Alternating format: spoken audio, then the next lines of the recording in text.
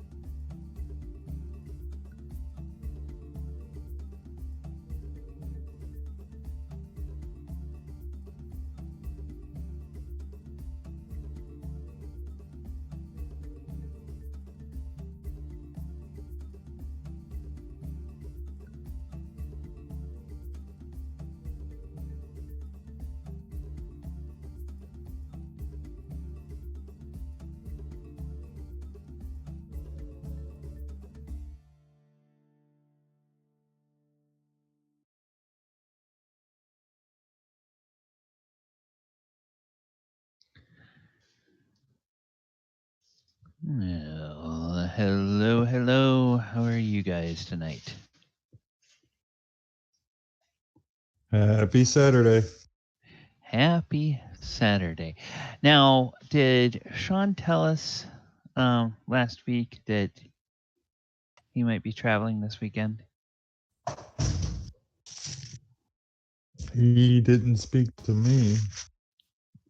Okay, I thought I remembered something that somebody might be out, but okay. I'll just go and do a quick. Uh,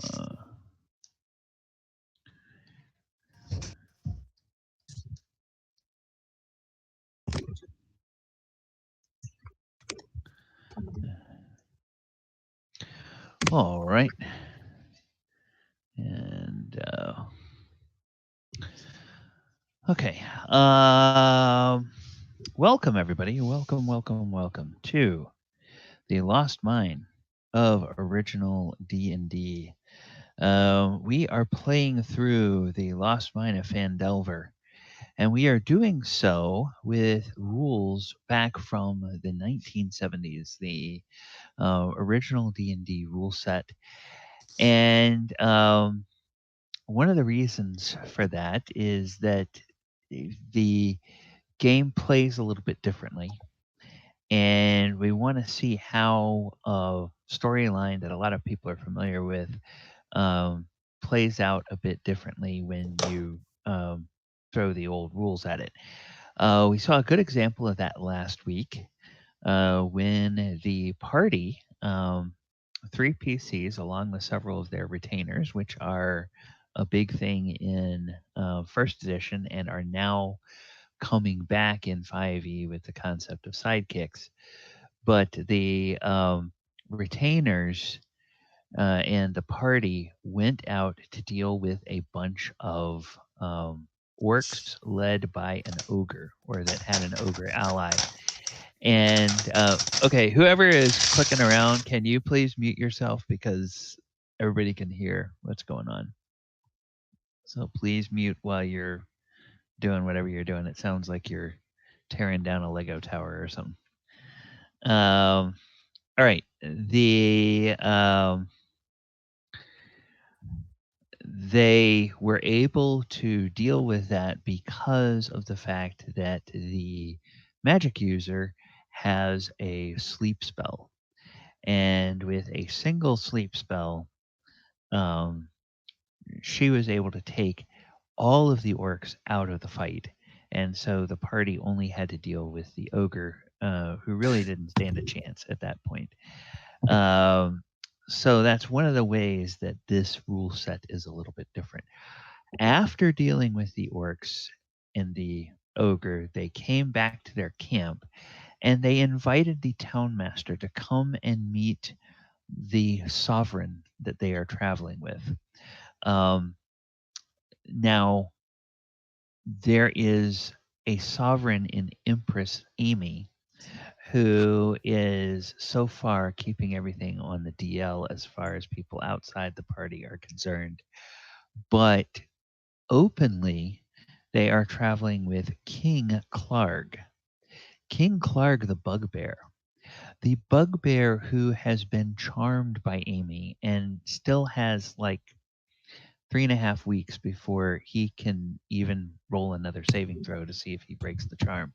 That's yet another difference in this edition of the game. You charm somebody and they don't have a lot of intelligence. Well, they don't get to try to break the charm for a long time.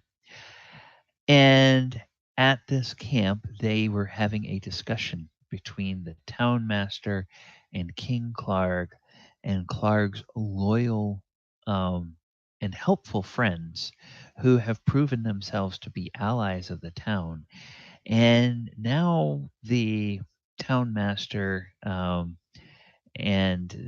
the party have started to discuss the issue of the Redbrands, I believe, is what we were discussing when our session ended last week. So I'm going to go ahead and move us over to the map for the benefit of chat. Hello, chat. Thank you guys for joining us this evening.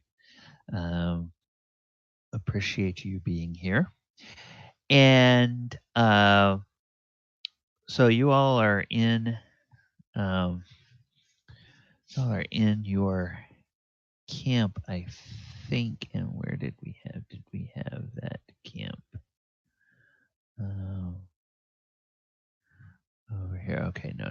That was something else we were doing. Okay, I guess we didn't have a map for the camp. But there is the matter of the Redbrands, and I think everybody had decided going after them at night would be best. So Harbin Wester, the town master, will say, so yes, Your Majesty, King, you and your allies did an incredible job dealing with these orcs. But now, what is your plan for? How do you plan to deal with these Redbrands? What will you be? What will you be doing?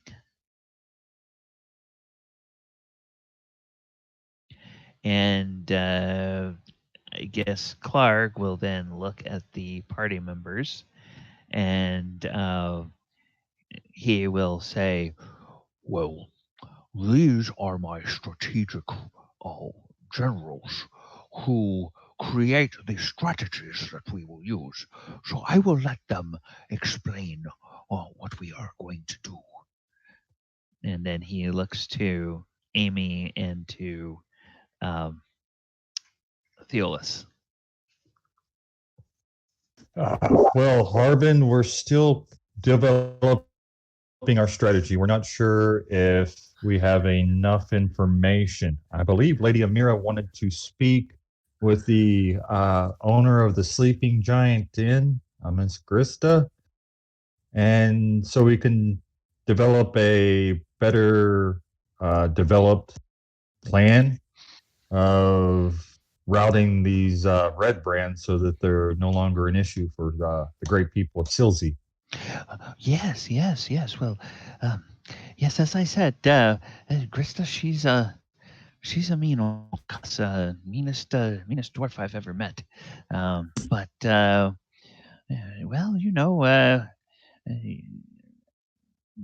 she might have some helpful information. She certainly does more business with the Red Brands than anyone else in town. The others are a little bit intimidated because they come around and shake them down for protection money. So she's either very smart or on their side, and one of them is a very good thing.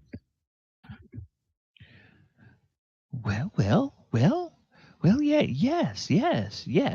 Come to think of it, if she's very smart, yes, that would be a good thing. I kind of wish she had told me about it. If that's the case, hopefully you all will be able to find out what's going on there. Then he peeks outside and he says, I've been away from the town for quite a while. I think I think I must be getting back." And he's a bit anxious hanging around here with Clark, even though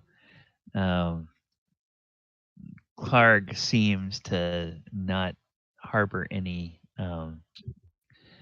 violent tendencies towards him or towards the town. The town master is still a little bit spooked about it. Yes, you should hurry up and go, for your town or for you are overthrown by someone who won't be named if someone is trying to overthrow you. Well, I hope I hope we can I hope we can count on you to help so that doesn't happen. That would be horrible. Yeah, yes, I must go. And he grabs his hat and he grabs his cane And then he gets halfway to the exit of the tent, and then he kind of turns around very stiffly, and he says, with your leave, your majesty. And he bows towards Clark, and Clark says, yes, yes, yes. Please go and take care of your town. We will let you know when we have dealt with the Redbrands. Uh, and he says, "Oh, thank you, thank you, thank you, thank you." And he turns, and you can hear his heavy footfalls as he trots away down the road towards the town. And you probably can imagine that he gets back to town puffing and blowing and all out of breath and red faced and everything from the exertion. Forgot to ask about my crowns.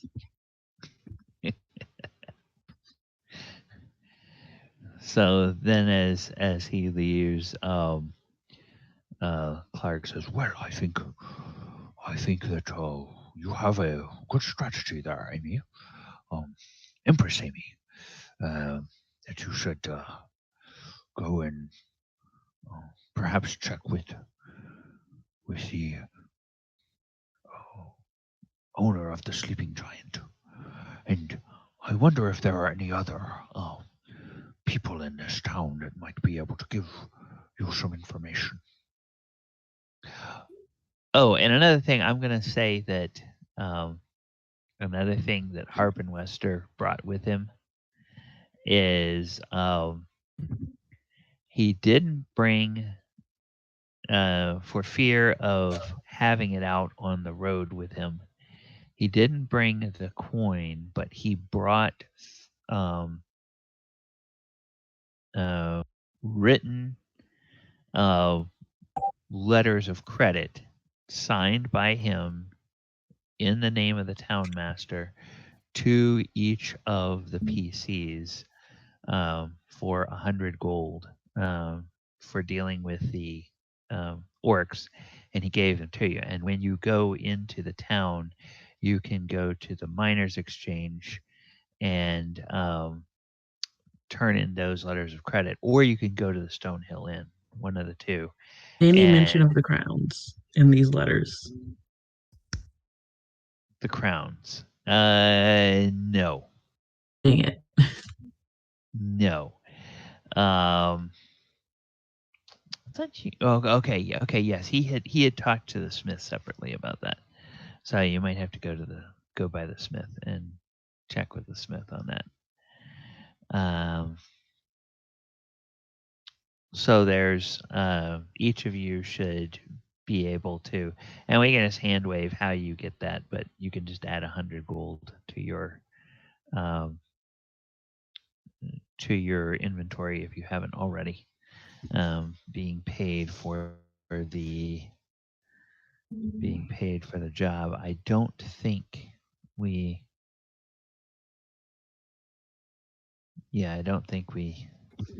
did that. Okay. All PCs from get 100 GP for each for dealing with the orcs. All right. So, are you guys gonna head on into town then? Did we ever get my health back up or no? Yeah, we about killed her last time trying to help her out. Okay, yes, you guys. Was it this? It was this campaign. I remember Sean asking about how to identify the two red potions, and we said that by tasting them, you were able to identify that they were both potions of healing.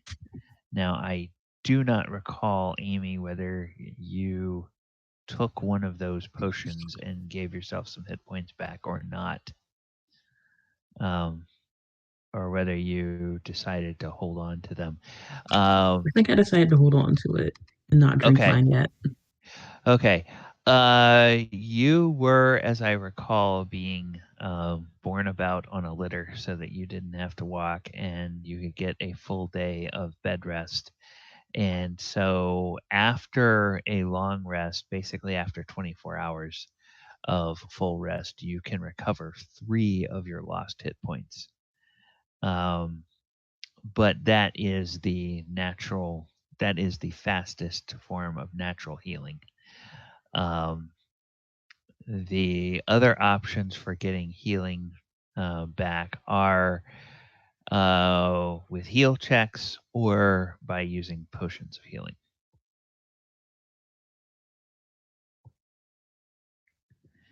If I die And right you now, guys do remember that there's a shrine in town, and there's a person who tends the shrine. I need to visit that And shrine. yeah, people who tend the shrine tend to be religious types, so they might have some healing ability or healing magic or healing potions. Sister Garayli, or my notes are a Yep, little Sister garbled. Grayli. Okay. I'm about to try to heal myself. Let's if I die right now, just know Amy was the coolest person. I love playing her.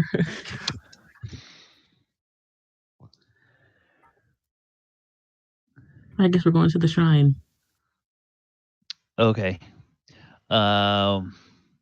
If you made a roll, I didn't see anything come up. I didn't roll. Oh, To okay. go to the Okay. shrine, see if they can heal me. Okay. All right. Can't be worse. So, Theolis, any objection to that? No, none whatsoever. All right. Well, the goblins and Clark will stay at the camp, and then the 2 men-at-arms will go with you guys. And we'll just say that Tomas disappeared. And the reason Tomas disappeared is that he was trying to do some training with Ripper, and a rabbit showed up, and the rabbit got spooked and ran off, and Ripper's wolf instincts kicked in, and Ripper ran off after him, and Tomas was afraid that Ripper was going to run away, so Tomas ran off after Ripper, and they're somewhere out in those woods near the camp uh, right now. And so that way, if Shaun shows up later in the session, we can figure out how he dealt with Ripper at that point. So Home Alone lost in New York, basically. Yeah. So yeah. So you guys head on into town, and you're first going to the Shrine of Luck, I guess. I think we should hit the shrine, then the sleeping giant, and then where is it? Smithy. Shrine, sleeping giant, smithy, and then the miners' exchange, because the crown is more important than the miners' exchange. Okay. All right. So Shrine of Luck. Okay. So the shrine is in the care of Sister Garil. She is a young elf, and she looks up when you all enter the shrine, and she says, "Oh, hello, hello. How may I help you? Oh dear," she says, looking at Amy. It appears you may have been injured." 'Tis but a scratch. Oh. Well, how can I help you? It would be lovely if I can get some healing. Oh. Well, um, and yes, I can, I can give you some healing. I have a small modicum of healing available. Um, let's see. And she asks you to come over to the, uh, where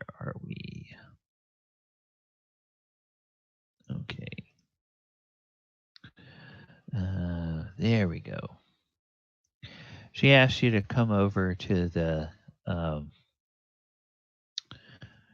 to the uh, altar there, and she has some holy water, and she says, "Do you follow any of the gods in particular, my child?" Give me 2 seconds.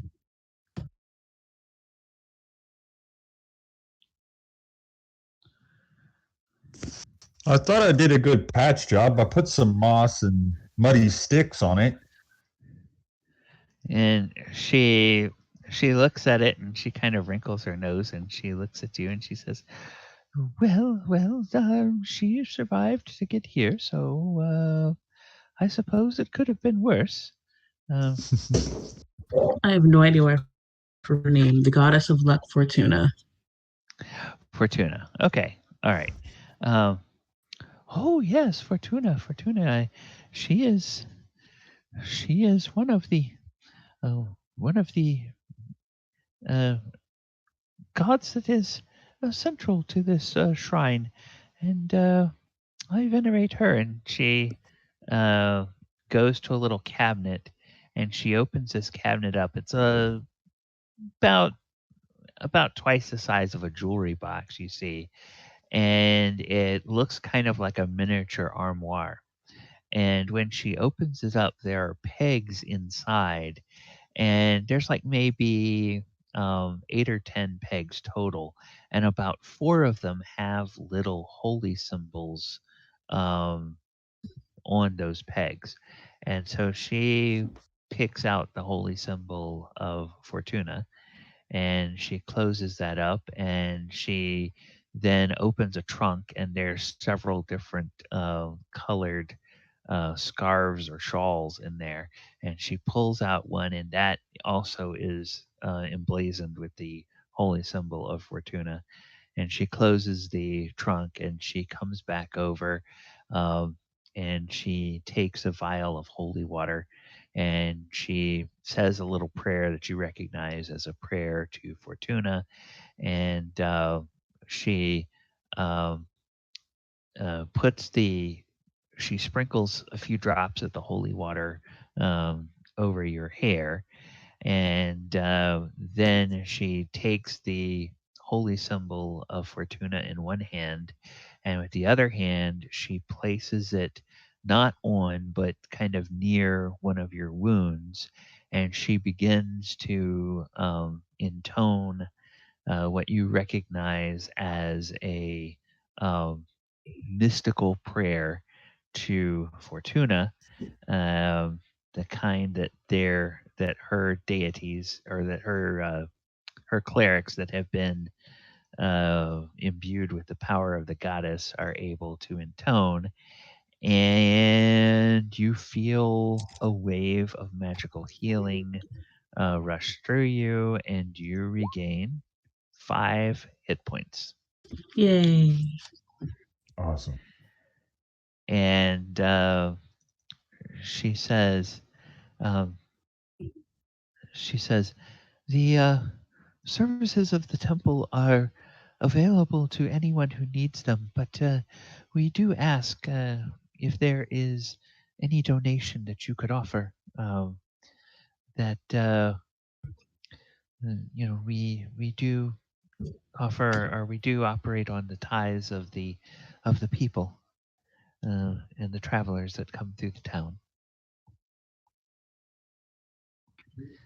And you can see there's a wooden box over there that looks like the typical coin box you see at wayside shrines and small temples.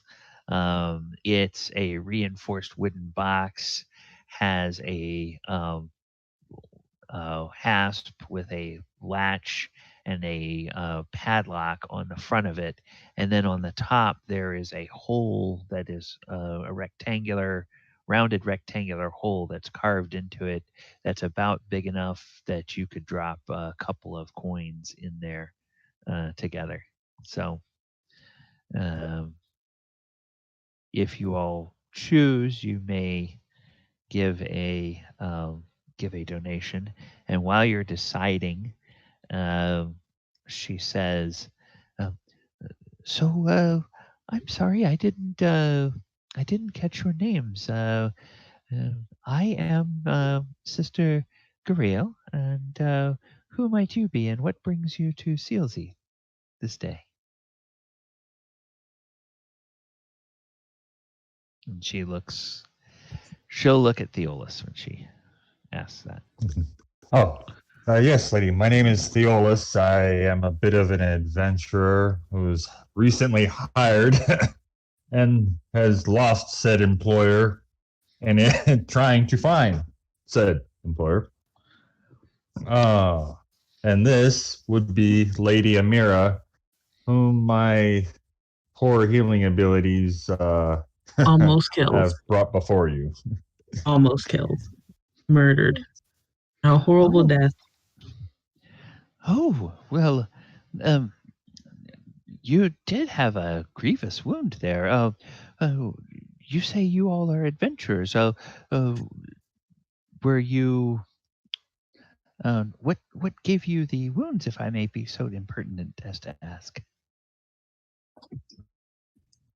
What were we fighting? You were fighting orcs and a ogre. And a decision to walk right up in the middle of the camp. Yeah, I think You Amy never show fear. Yeah, Never. Amy got hit by a great axe from an orc is what wounded her. But it was an orc that you were fighting. Yeah. I remember what hit me. I just can't remember what the name of it was. I was gonna say ogre like Shrek. Shrek and Donkey attacked me. Bad donkey, bad donkey. Bad donkey.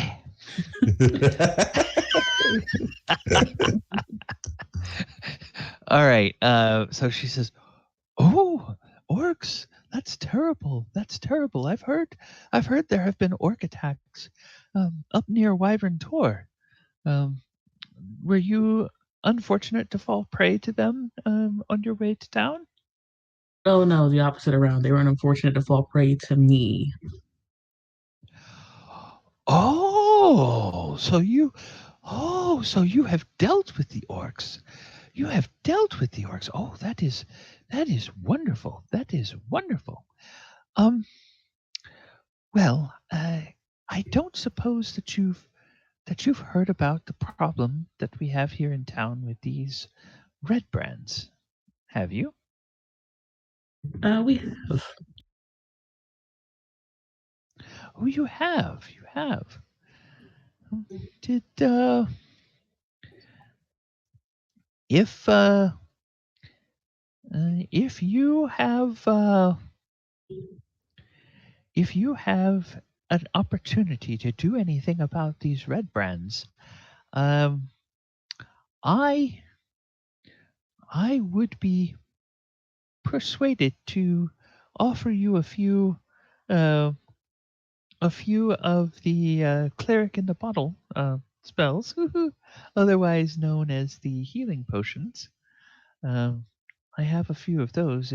If you are able to do anything about the red brands, that would make everyone in the town much happier. Uh, and I also have another matter that doesn't directly deal with the red brands that I would be able to hire you for, but probably everyone in town would prefer that you deal with the red brands first. So um, I can tell you about that one later, or I can tell you about it now if you want to hear about it. Do we think we'll die? Well, that would be up to you. You have dealt with the vicious orcs, so I don't know how resilient you might be. Theolis? Want to hear about it now or later? If she wishes, we can hear about it now. Well, not far away are the ruins of a town called Coneyberry. Tragic, tragic circumstances befell that town, and well, not all of the not all of the slain townsfolk have departed the area, uh, and there is one that I actually need. Um, I actually need someone to bring a gift to, and uh, answer a question um, for my superiors in the uh, in the faith. Uh, one of the one of the poor departed, and yet still hanging around residents of Coneyberry is a banshee called Agatha, and there is a jeweled silver comb that has come into our possession that was a favorite of Agatha's during her life. Um, we need to know if Agatha has any information about the whereabouts of a spell book that belonged to a long lost wizard named Bowgentle. Uh, we believe, or I should say, my superiors believe, that by offering this comb as a gift to Agatha, uh, someone may be able to uh, get any information that Agatha has about this spell book. Now, I am precluded from taking this mission myself because, well, the undead can sense the divine magic of the cleric, and they they will either flee from us or they will attack us as antithetical to their existence. So, as long as you don't have a cleric with you, and as long as you don't go brandishing a bunch of holy symbols, um, if you come offering a gift, Agatha may not attack you right away. But of course, there's no guarantee about that.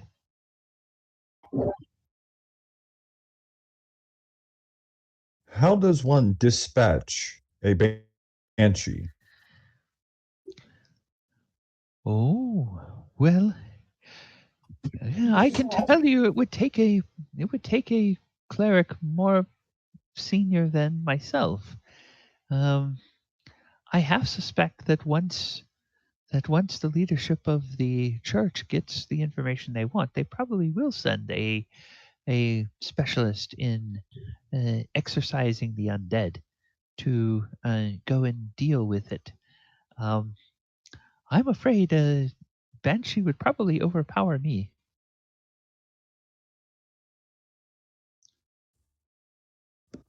Hmm. Am I the only one who's thinking this? But like, Banshee best friend. Oh, you have to Banshee tea remember, as party. a A banshee witch in being the an woods. undead would not be susceptible to any of your. I don't.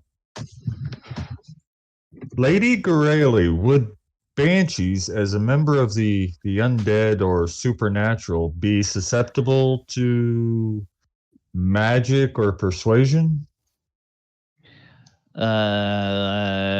She thinks about that for a moment.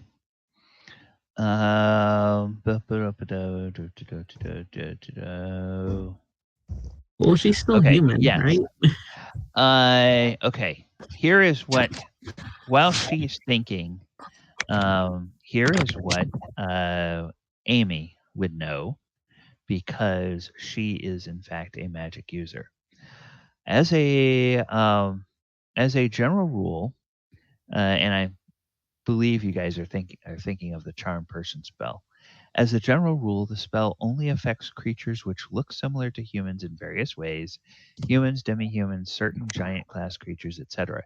It will not affect animals, magical creatures such as living statues, undead monsters, or Dang it. human-like creatures larger than ogres. Um, Now that is the way it works in this edition. So that's the only information that Amy would have, is what applies to this edition. All right. And neither does my sleep spell work on her. Sleep? Doesn't work. Probably does not, but I want to befriend her. I don't want to kill her.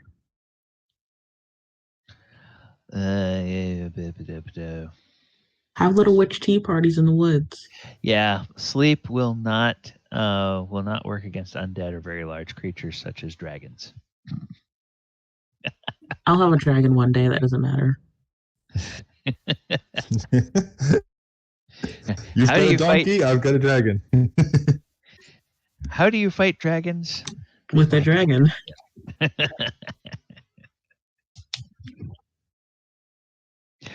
All right. So, yeah, she wants you to do that. It sounds like she believes that that your or that the comb will have a resounding effect with her. Help. Calm her. Let me just double check one thing. And We should leave the comb with her then until we're ready to go and not fight Agatha. Have tea with Agatha. Yes. Yeah, that's the approach, because they want to locate the spell book of Bojen. Yeah, you guys can, if you wish, you can do a detect deception. That's the closest thing that they have to an insight, just to see if the person you're talking to, if you believe they're telling you everything that they know, or they're holding anything back.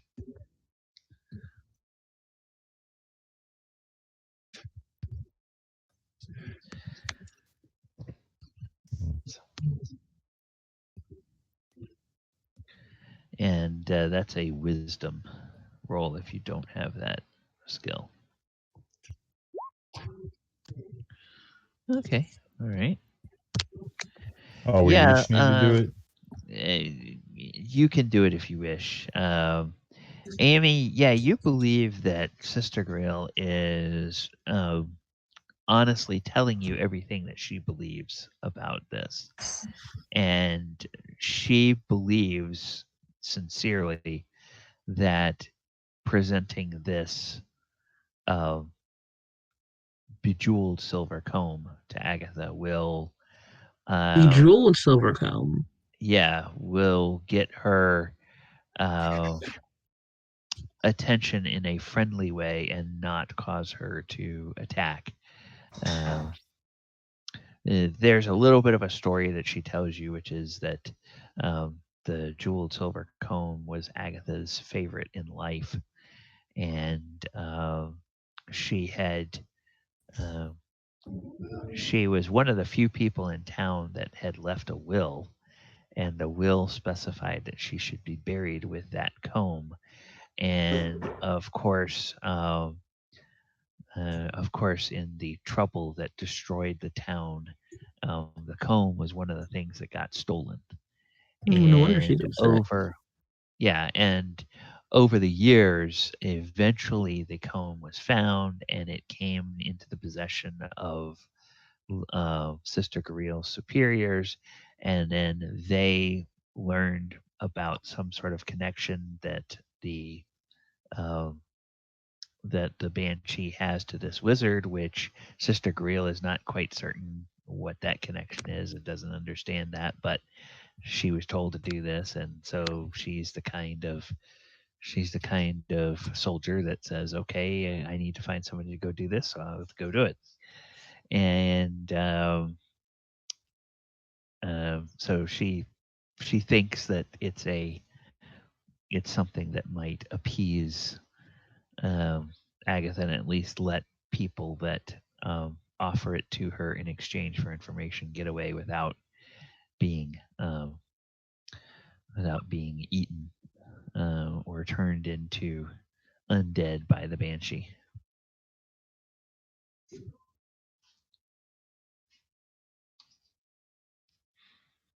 Oh, that brings up a good point. Would Sister Gareli have anything that would aid us in fighting the undead?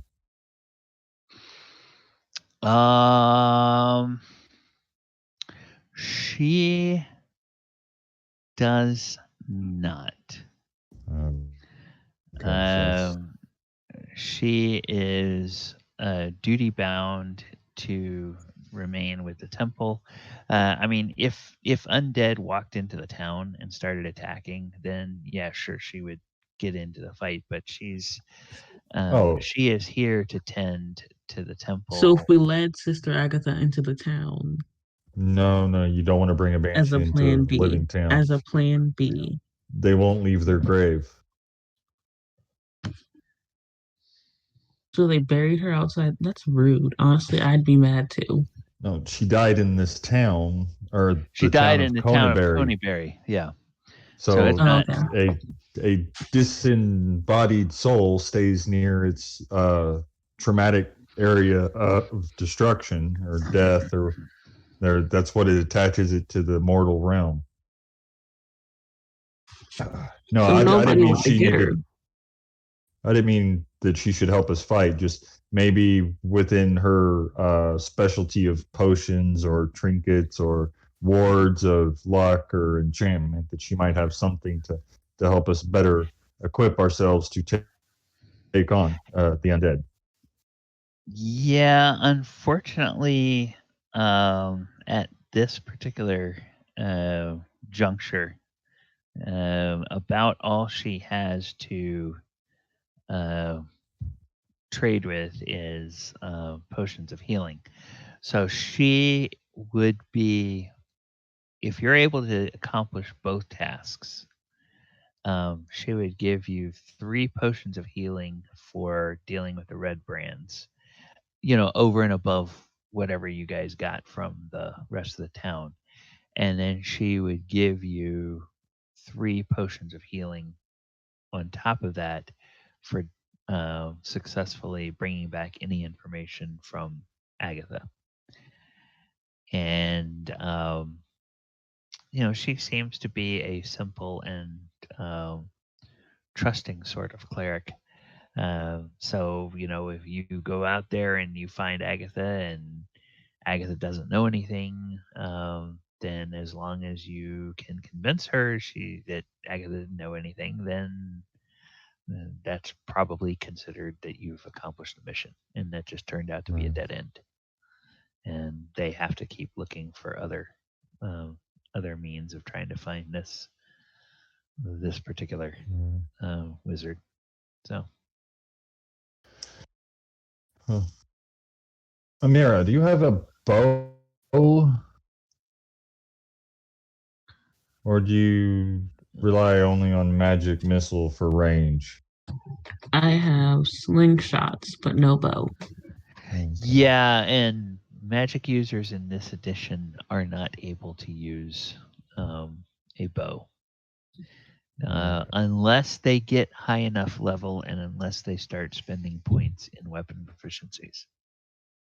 That's the only way they can use anything other than the very, very limited set of weapons that magic users are able to wield. Right. Well, basically the strategy for fighting the Banshee would be that she needs to hide behind me while I absorb any damage until she can calm Agatha, and The goal is to I'll have to befriend try the to keep Banshee. correct. But approaching her, she'll probably be. She's in the middle of a group of undead, from what I gathered from Sister Gareli. Is she was explaining there's a number of individuals who did not depart the world when their bodies did.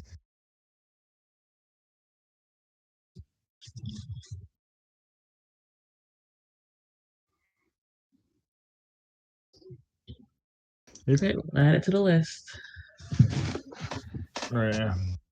I'm just saying it's up to you what approach. We can go speak with the dwarf at the Sleeping Giant Inn to find out if she's doing the Redbrands a favor because she sympathizes with them, or if she's just in it for the coin. Being a dwarf, money is a big motivator.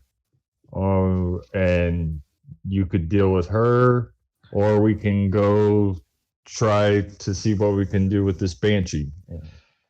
It's just depending on how the Banshee deals with us approaching her, we may take a lot of damage. And you're at, I'm not sure what your hit point level is and what your feeling is. It's your Banshee choice. is after the Redbrands. Okay. Gotta deal with them first. Okay. This is throughout the shrine. We can head to the smithy, get my crown. Okay. I'd like to ask Sister Gareli if I could commission her to make a maybe a small idol or something for luck in battle, and luck for my companions. Can she do something like that, or is it more of just potions?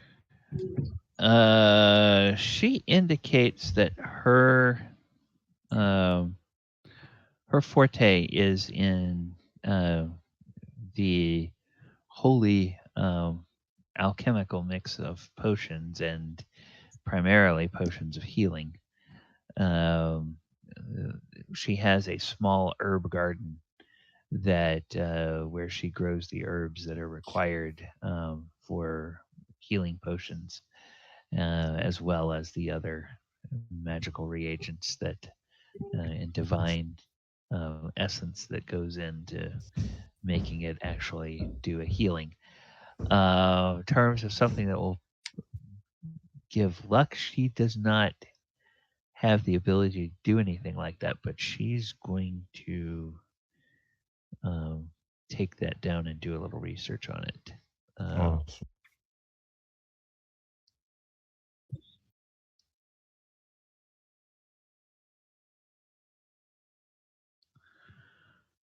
Okay. Did we see the giant gold statue?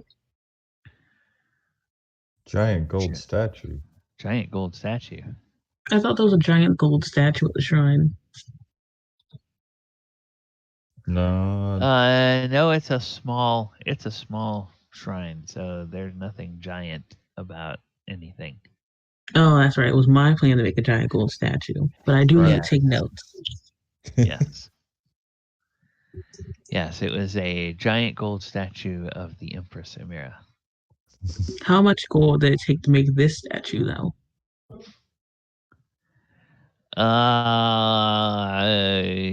There's looking at the iconography of the deities, what you guys can tell is that these are icons that are fitting for a frontier town. It looks like they're probably carved out of wood and maybe have something like gold leaf or gold paint on them. They don't look like they're made of solid gold. Because actually, in a couple places, you can see where paint has flaked a little bit, and you can see the wood underneath it. I would never. I can't even look at it. I can't. Let's go. Let's go. I can't. I I love can't it. even look at it. I love it. That's perfect. That's real people working with what they have. They're not just throwing gold idols and false faith. I I can't. love it. I'm gonna cry. Very I'm gonna well. cry. We shall go along to the smith, and I'm gonna I'll put 10 stop gold and in the charity thing, and then we're gonna leave because Okay.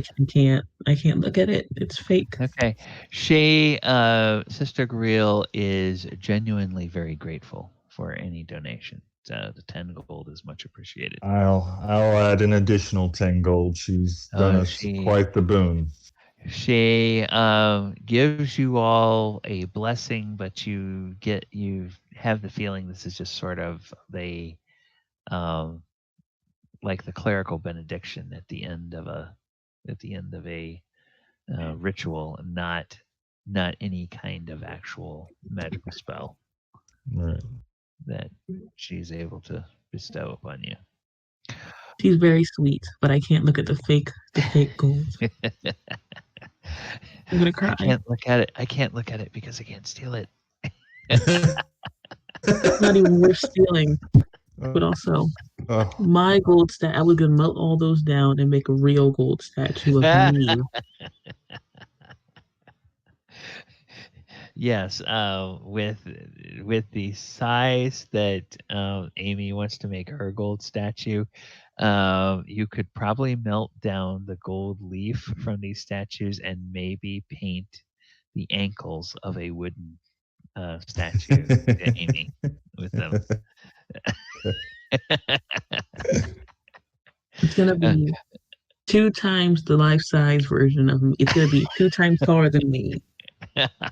And on a podium. The podium doesn't have to be gold. I'd want it to be gold, but I know that there'd be probably a gold shortage by then because of all the gold I'm using. Yes. So the podium could be made of not wood, but something valuable though. No, it Marble. be granite or marble to hold that much gold. Ooh, black marble would be so nice. Black marble. All right, and there would be some acolyte dedicated every day to polish that marble 3 times a day. All right. So you leave the shrine and head over to the smithy, and as you walk into the smithy, you see that there is, in fact, he is sitting at a workbench, and he has the wire frames, looks like golden wire frames of a crown. And it looks like what he's doing now is this is kind of an intricate thing where there's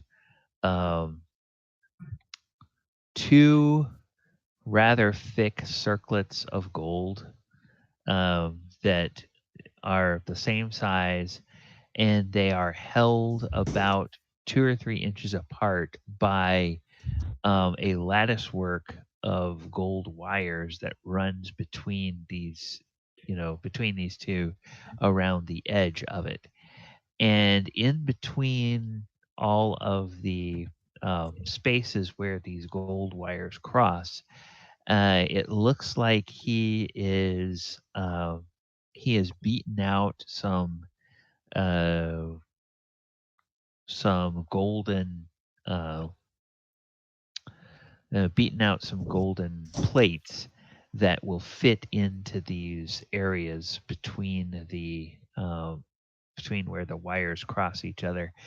And he is using a very small tool that has been heated in the fire, and he is kind of using the heat from the tip of this tool to sort of solder one of these plates into place in the framework of the golden wires that holds it in.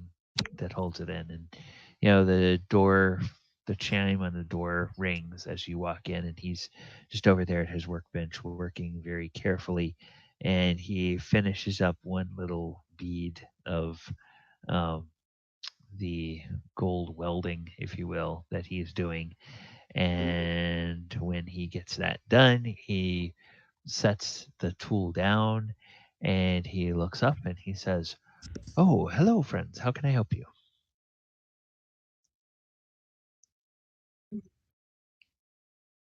We're just here to Hello, check on. Mulcrum. Ah, hello, Theolis. How How's goes everything it? going? Oh, Quite it's well, going quite well. It's well. going well. Yes, yes, yes. What can I help you with today? I don't believe you had an opportunity to meet Lady Amira. She has recently had work commissioned. Oh, yes, the town master told me. I believe this is part of the order here. Believe there were 2 crowns that were commissioned. Yes, that sounds correct. Yes, it took me the better part of a full day to get the framework done on this one, and it should take me the rest of the day to get the initial plates into place to fill in the sides. Then I will have to, of course, put the um, adorn the upper part of the crown with its various decorations, and then cover the lower part in fabric so that it will fit comfortably on a wearer's head. Your opinion, Lady Amira.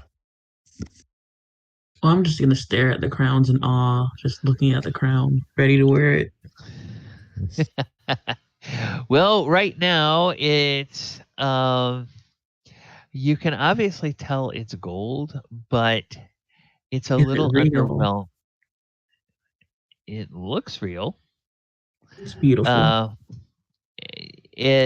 it's a little underwhelming for all the fact that it's made of gold. It's a little underwhelming because, like I said, it's too like imagine 2 cables made of gold that have been curved around to make circles, and then little wires about the size of like piano wire that run between the upper and lower, and then these little slim plates of gold that are being affixed in there. And so it's not polished at this point. It's not,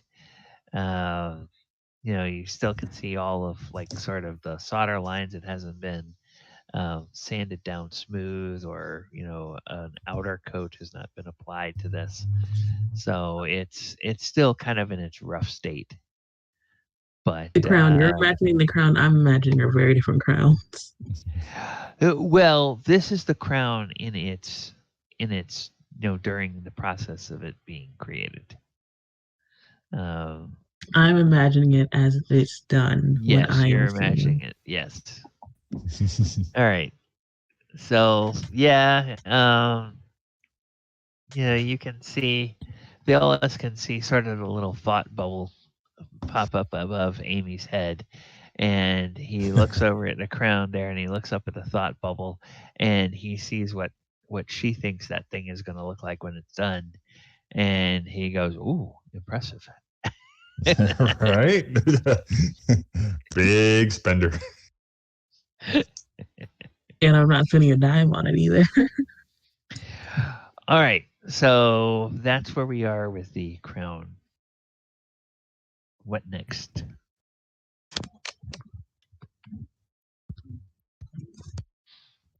I guess we go to Sleeping Giant or the Miners Exchange. Okay, well, the guards would point out, well, if there's trouble at the Sleeping Giant, you probably don't want to be carrying around a bunch of money on you. So if we're going to deal with the sleeping giant, maybe we want to deal with that first, and then on the way back to the camp, stop in at the miners' exchange. Right. Unless, of course, you want to use the gold for bribes when you get to the sleeping giant, then maybe it would be worthwhile getting it first. I already have a lot of money on me either way, so Okay. might as well. It doesn't really matter either way we go. All right. So you all head over to the sleeping giant, and the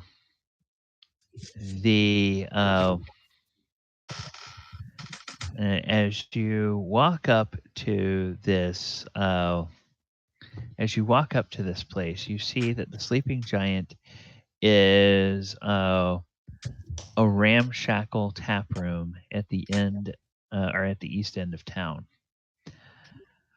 4 human ruffians linger on the covered porch, perched on empty ale barrels or leaning against a wall. They all wear grimy scarlet cloaks, their sullen stares fixed on you as you approach. Um, one of the uh, one of the 4 spits on the ground, and he says, "Well, well, here's a whole pack of little puppies. What do you want, puppies? You come here to bark at us?"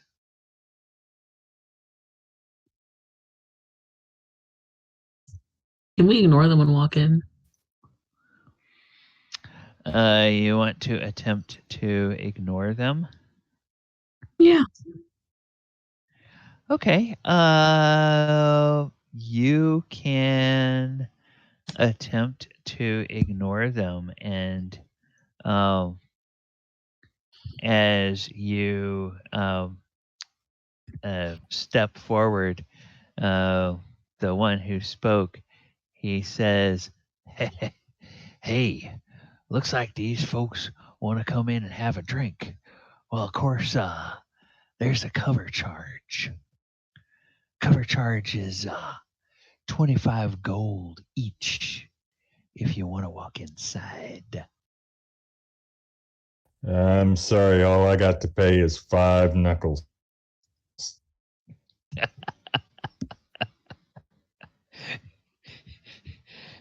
And is that what he says? Is that what? Oh, yeah. That's exactly what Theolis says to him. Okay, he says, "Well then, stranger,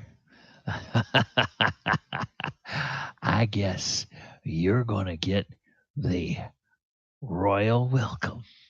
And they throw their cloaks back and reveal the hilts of their weapons, and they go to draw. And so that means that we are going to have ourselves a little bit of a fight out here. So, Dang it, you missed the perfect rhyme. uh-oh. They're gonna say brawl. Oh, yeah. Yeah, that's true. I did miss that. Dang it. Okay, so let's take a look at where do we have what is there?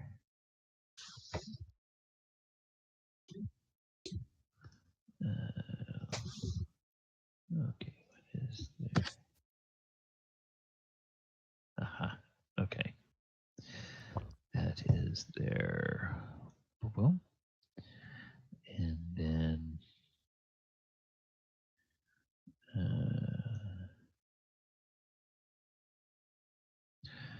okay. Ruffian.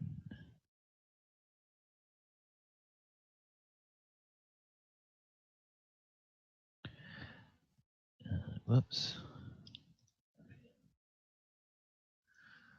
So there's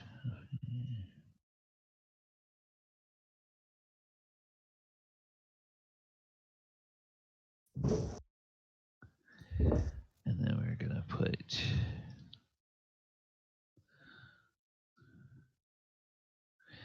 and then we will put a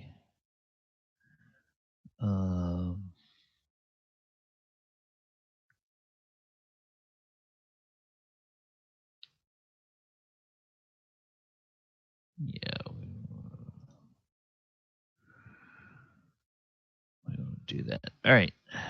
So we will have these guys in here. They are 2. And we go to set up the combat.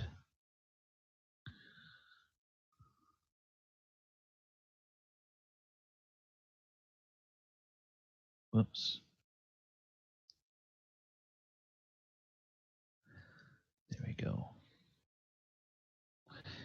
There we go. Now we'll put these guys on that layer.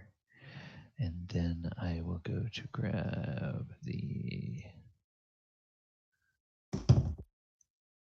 scenes. I will get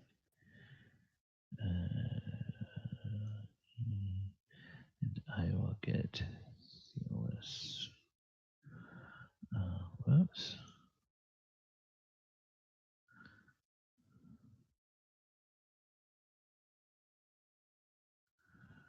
All right. Theolis, can you tell me real quickly what your current hit points are? 16. And what is your current armor class? Armor class, let's see. That's under armor class. Its armor is 5, shield is -1 for a total of 3. 3. Okay, yeah, because you've got a dex bonus in there somewhere. Yeah. That's what's taking you to 3. Okay. Okay. And then let me go back to the oh.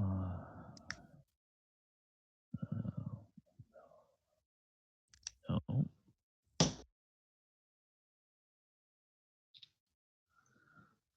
back to this.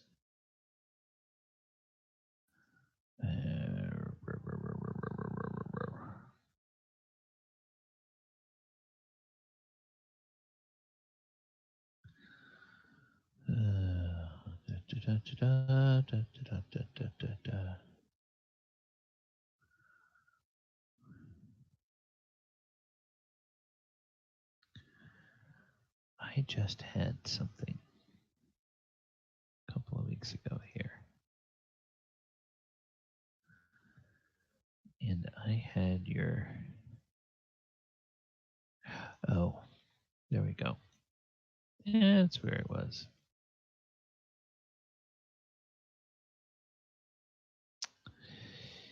Yes.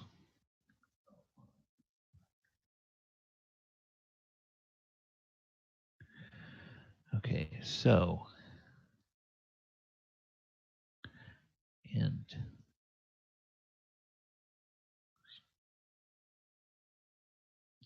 They are with you.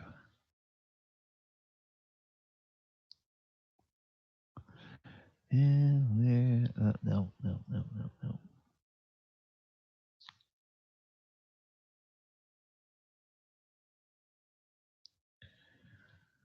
Paste them here. And then I'll move the ribbon down here. All right. So, you guys are coming up, and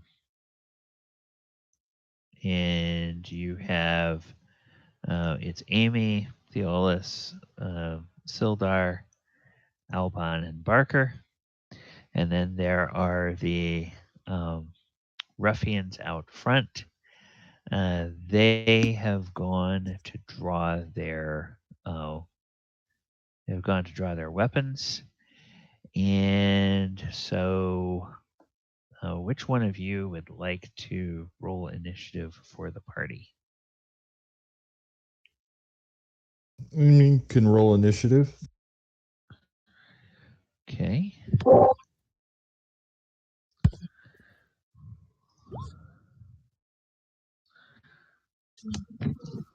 I did it last week and that went poorly. You'll redeem yourself this time. I rolled to heal you and pretty much killed you. Last week was just bad for the Polygon gods. Yes.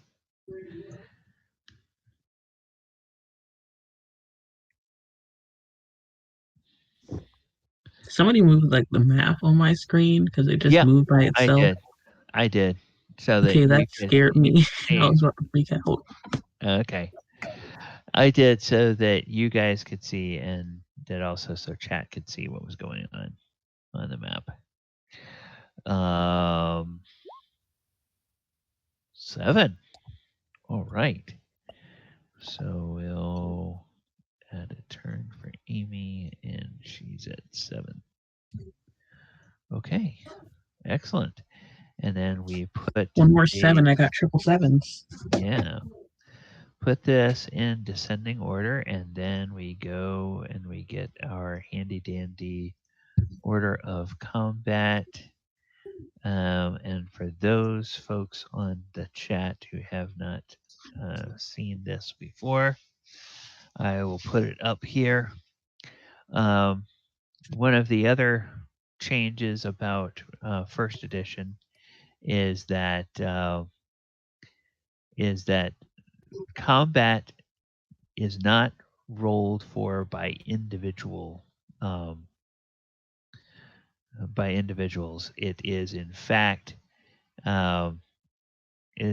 something that happens per side, and each side gets to do all of their moves and all of their actions before the other side gets to go. And then we roll initiative at the top of every round to decide which round or which side goes first. So the party has won the initiative. So all of the people in the party get to go before any of the ruffians do. And we start by seeing if anybody in the party needs to roll morale, which they don't. And then we see who wants to move. So, Theolis or Amy, do either of you want to move from where you are before hostilities commence? I'm good. I got decent speed. I don't want to get in the way of aim. Amira, what kind of spell are you planning on using? Oh, I already don't like them. I plan on trying out my magic missiles. I haven't tried those yet. Oh, wait a minute. No, because I only charm one person. But ooh, all these ideas are popping into my head, and you guys are not gonna like a single one of them. Well, remember magic missiles in this edition. Until level 5, you only get one of them. Okay, so definitely not gonna use magic missile then. That's annoying because I could use it twice and then only take out half of them. Sleep spell, put all 4 of them to sleep. Charm person, I could have them fight each other, and that sounds so nice.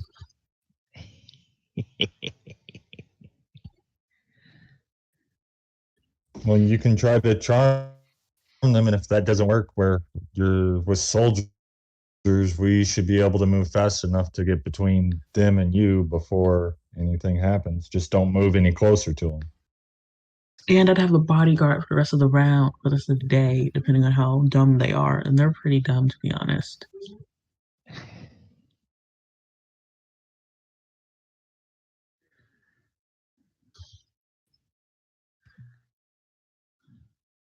Yeah, I'm not moving.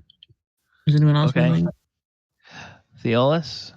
That's what I was saying. If she's going to cast Charm person. I don't want to get in the way that way because it'll affect me. You'll We're be not fine. immune to it. No. It's targeted on an individual, so it won't affect you if you get in the way. Now, if I try to sleep, then you might be in the way, but you can't exactly move anywhere. Okay, so it's targeted like magic missile. Yeah, it's charm targeted person is at targeted an on individual. okay. Yeah. And then Theolis, I will also let you decide where Sildar, Albon, and Barker should go. Okay. Well, I'm gonna run and try to rush this guy here. Okay. And then Ruffian 3. All right, so hold up there before you do anything. No problem. Then let's see how much. Oh yeah, he can go 40 feet and he can get there. So Sildar will rush over here at Ruffian 4. And then Barker and Albon will look at Theolis and say, "You want us to get the other two?" Your choice. It's exercise and fun for you boys. Okay. So they will go ahead and they will move up there. And then the next thing that happens in combat is ranged weapons. Well, nobody is in the party except for Amy is at a range where they can do a ranged weapon. Amy, if you're planning to cast a spell, you cannot attack and cast a spell in the same round. But if you're not planning to cast a spell, you do have that sling. Well, I'm definitely planning on casting a spell. Okay. All right. Speaking of which, the next thing in the order is spells. So, Amy, what would you like to do? Well, that's fantastic.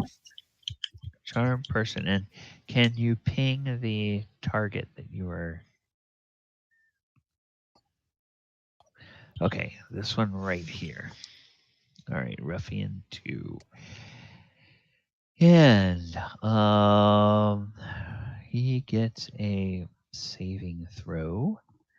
And his saving throw is thus.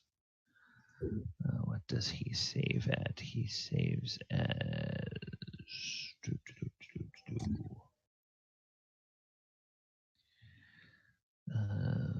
he saves...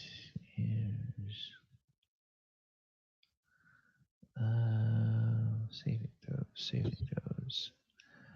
Monsters.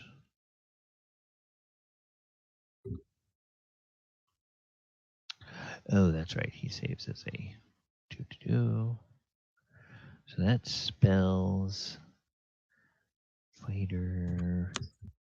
Okay, he's got to have that. So he's going to roll a d20. He's got a flat roll. And he's got to get... Oh. All right, his eyes go all googly and he gets little hearts in them as he looks at Empress Amy. And he says, "Oh, hey, it's you. Yeah, what do you need?" Well, I was going to come to the bar for a drink, but your friends here were just being so rude and just completely stopped my friends and I from coming in.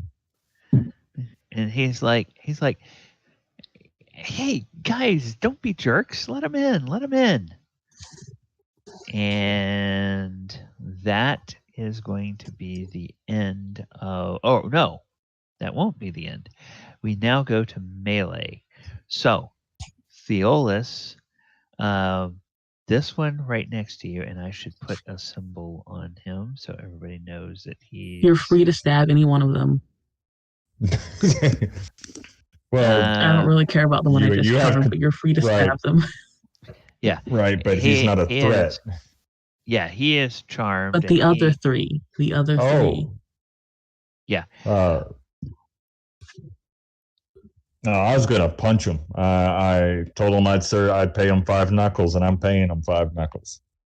Okay. So you want to make an unarmed strike? Yes, please. Okay.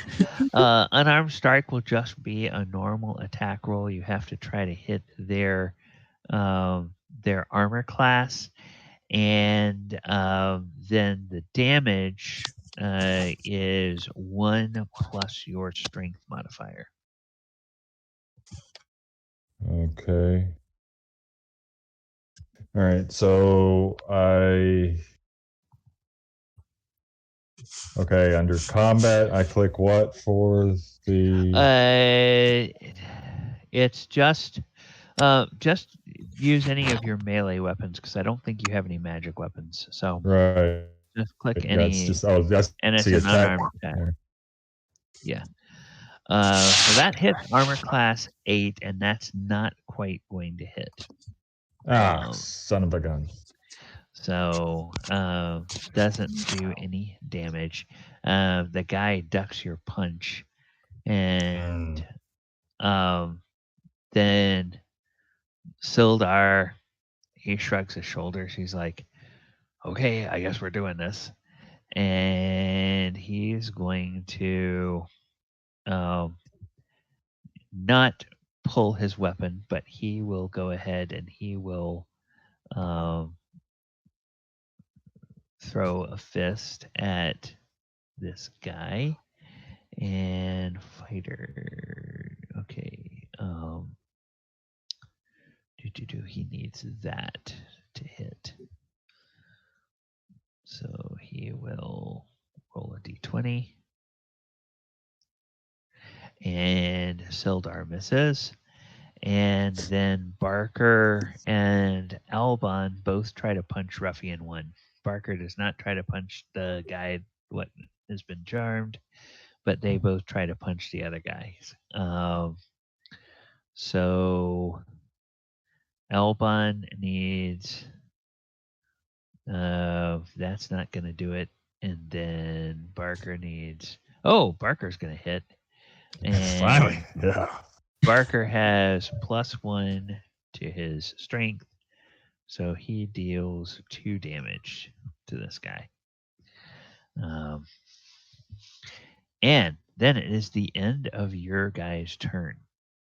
And then the ruffians attack. Or it's the ruffians go. And the ruffians, you guys have punched them, but their buddy has said that they should let them in. So I think that is going to mean that they need to roll a morale check. And in this edition, morale check is 2d6, and they have to get below the number. No.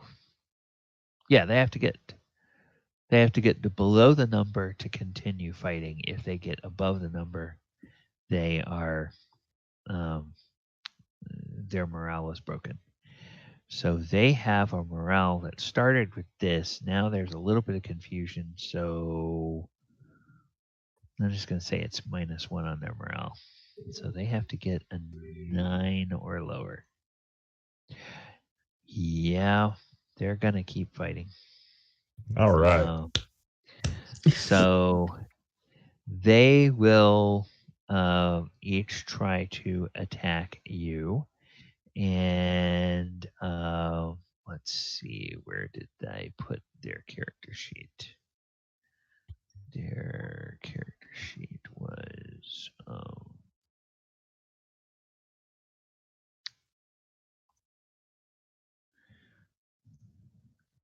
yeah, all right. Combat. They have short swords. So they are going to I'm using a different template, so just ignore what it says on this attack roll. They are They are in fact ruffians that are attacking you. So,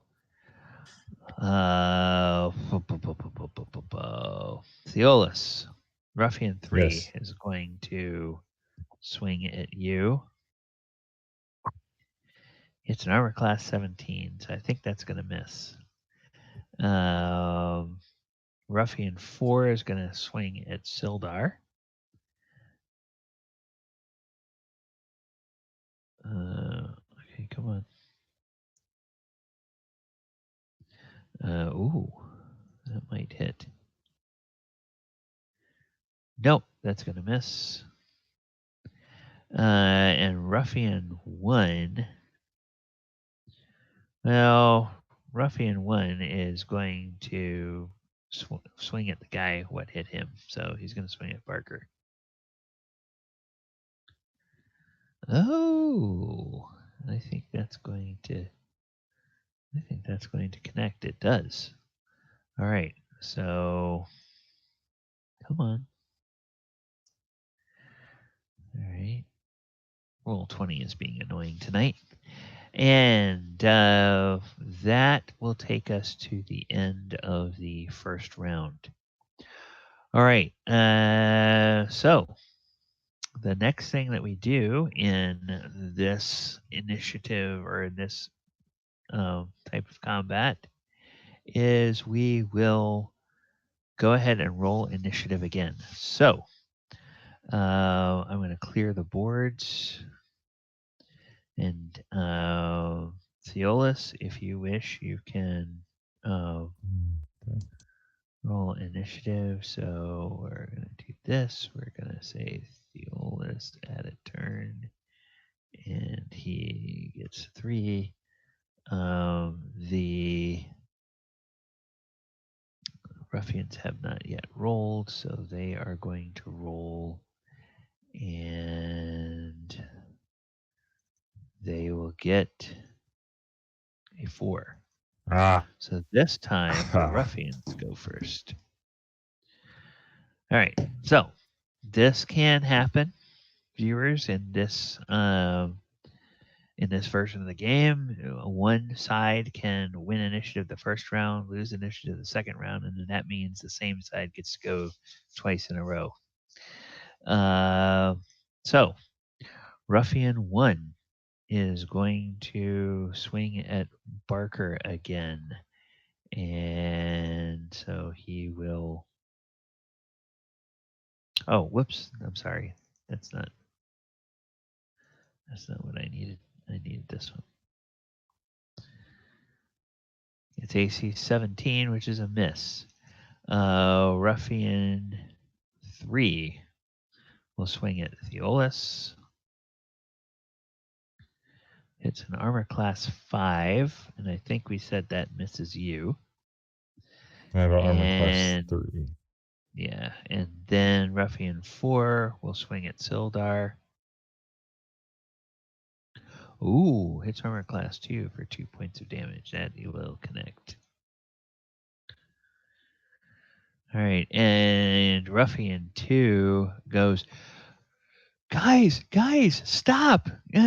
Don't you know this is? It's her. You know, come on, we should let these guys in. And then you all hear from inside. You hear someone call, "Hey, what's going on out there?" Sounds like another male voice. And one of the ruffians says, "It's a bunch of dirty adventurers, and something's wrong with Timmy. He's gone crazy or something."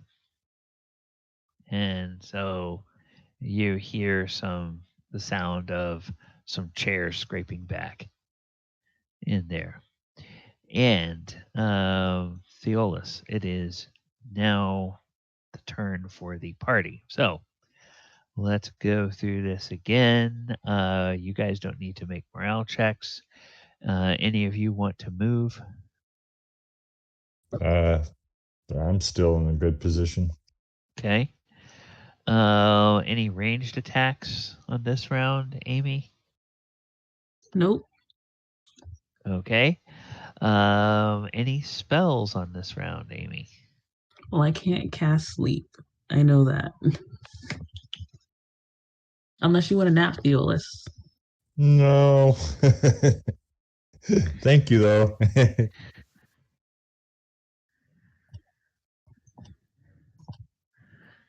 Oh wow. So who are you trying to? Okay, now I remember the way the spells in this one work.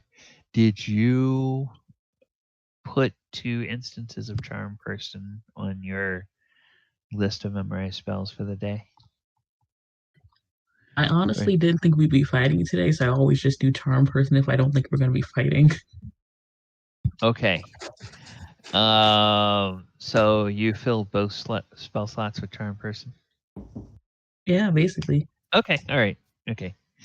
That's another thing, viewers. In this edition, you get spell slots and you have spells in your spell book, but you have to specifically put specific spells into each spell block or spell slot. And if you want to cast the same spell twice, you have to memorize it twice.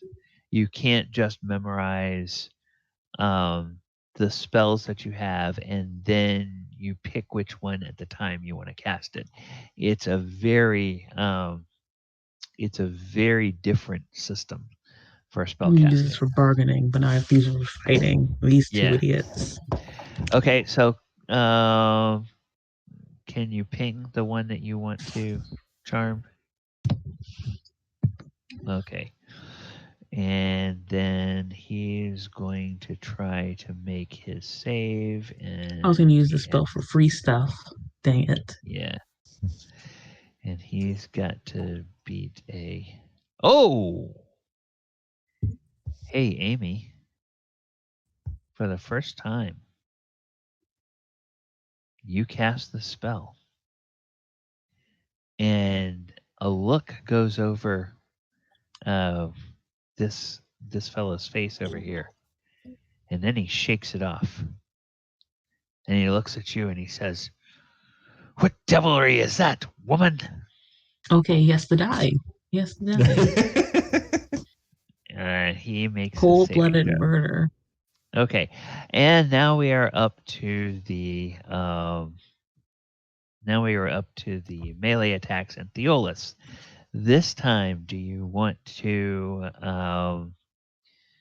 punch him, or do you want to draw steel since these guys have drawn weapons against you all?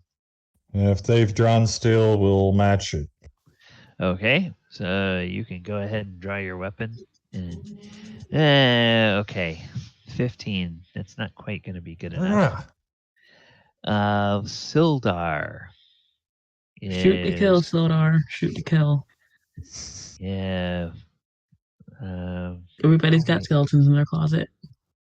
Yeah, so let me see. Actually, I think I have a.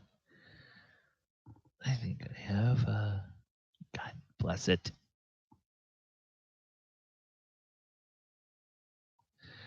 Okay.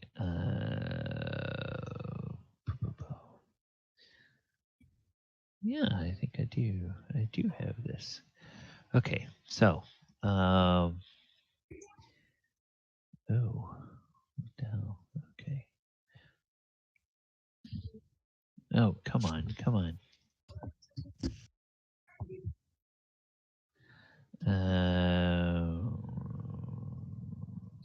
There we go. Sildar is going to make an attack with his longsword. That looks good. Oh, he hits AC 3, which is going to hit. And he deals 2 points of damage. And he says, "It's the kind of devilry that says your blood is going to be on the ground in a few minutes, vermin." And then Barker will attack. I wonder if there's a spell to turn people into rats. There is a polymorph spell that will change people into creatures. Barker She does turned me not into hit. a newt. I got better. I got better. And then Albon attempts, and Albon misses. Golly, these guys are just not doing very well. Okay, that takes us to the end of round 2. At the end of round 2, I see that we are about halfway through our session. So I am going to propose that we call a break. I have about 4 after the hour. Let's go ahead and come back at 15 after the hour. And take a bio break, grab something to drink, whatever. And I am going to put the music on, and I will put the slate up and chat. If you have any questions for the DM or the players, this would be a great time during the break to go ahead and ask it, and we will answer those questions before we resume. So, whoops. So we will go ahead and we will start this music.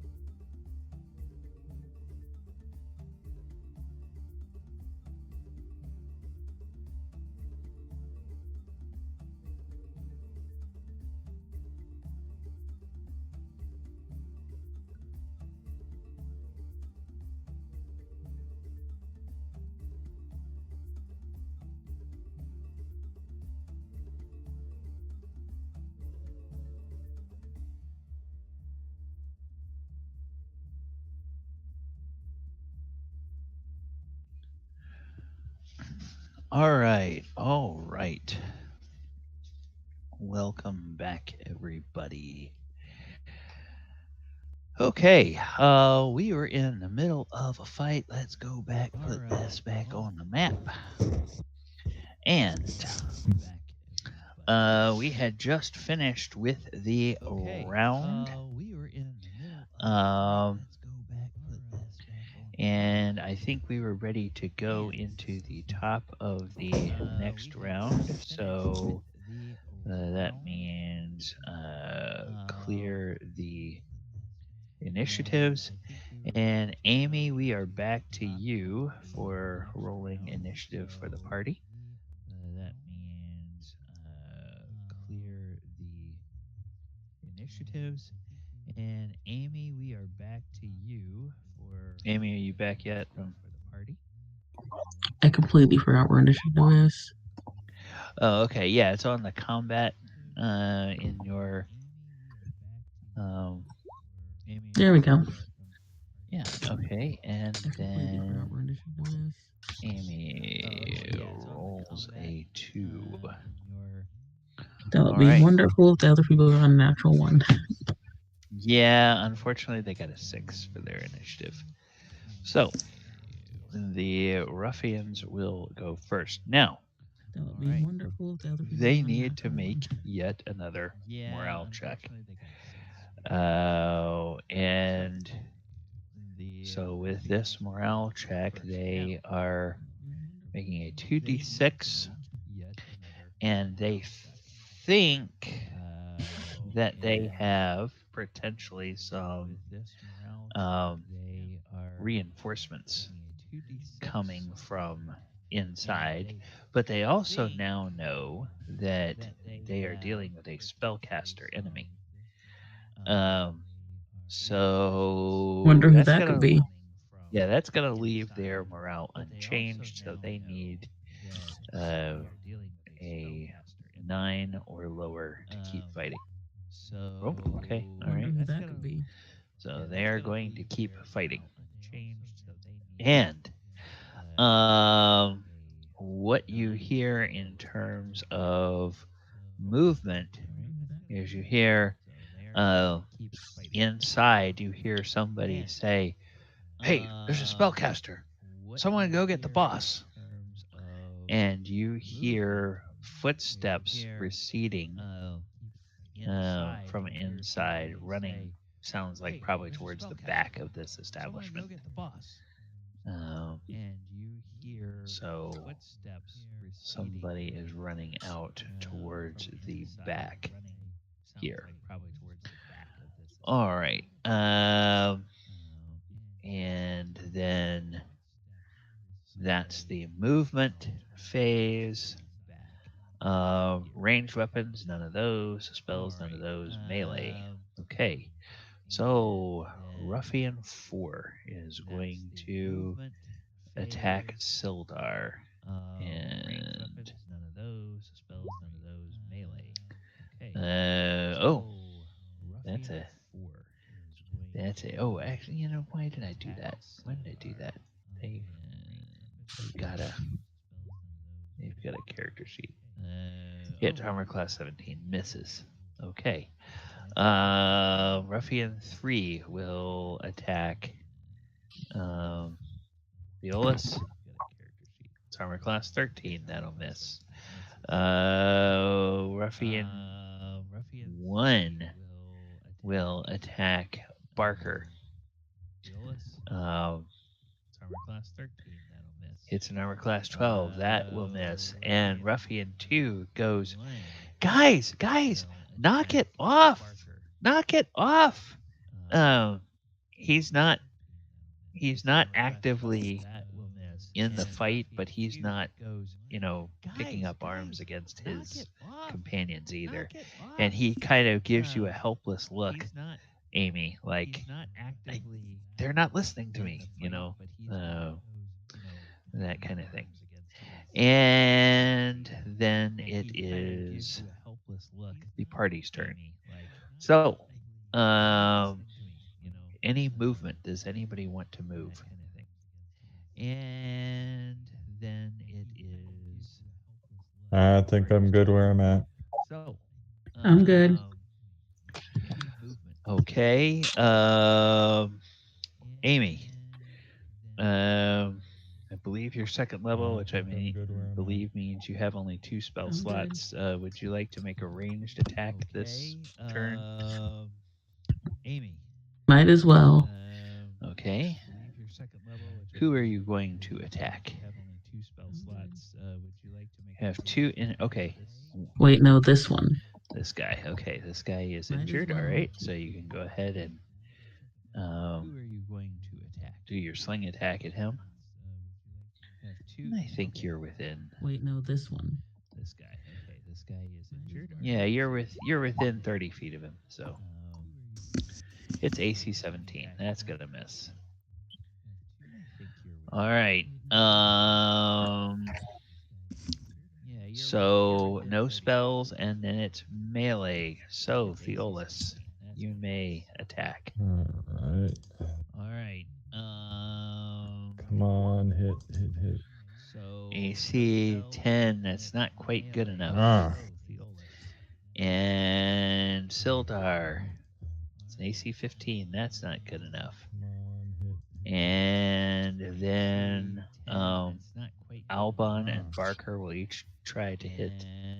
Will each try to hit this guy, and that's a miss, and that's a miss. All right, bunch of people up here fanning at the heat. All right, so that's the end of third round. It's like Nolan Ryan is defending for both sides, and nobody can touch that heater coming across the plate. All right, Theolis, I think you get to do the honors this time for initiative. All right. All right. 5. Okay. Theolis, I think you get to do the honors this time. Oh man, 6. Jeez. Oh, God. Okay, 6, and then 5. At turn 5, enter. Okay, so they will get to go again, and now you hear a now you actually see someone appear at the door inside. It looks like one more ruffian appears there and says, "What the hell's going on out here?" And he said, "John's gone to get the bus." And so what the hell's going on out here? He's just there, going to look and call out. So now, with initiative, the ruffians understand that they have reinforcements, so they actually feel a little bit emboldened. So their morale is going to jump back up to 10. So 10 or lower, they will keep fighting. No, okay. They have a 10. They don't need to move. They don't have any ranged weapons. They don't have any spells. So they will just do melee combat. Ruffian 1 will once again attempt to attack Barker.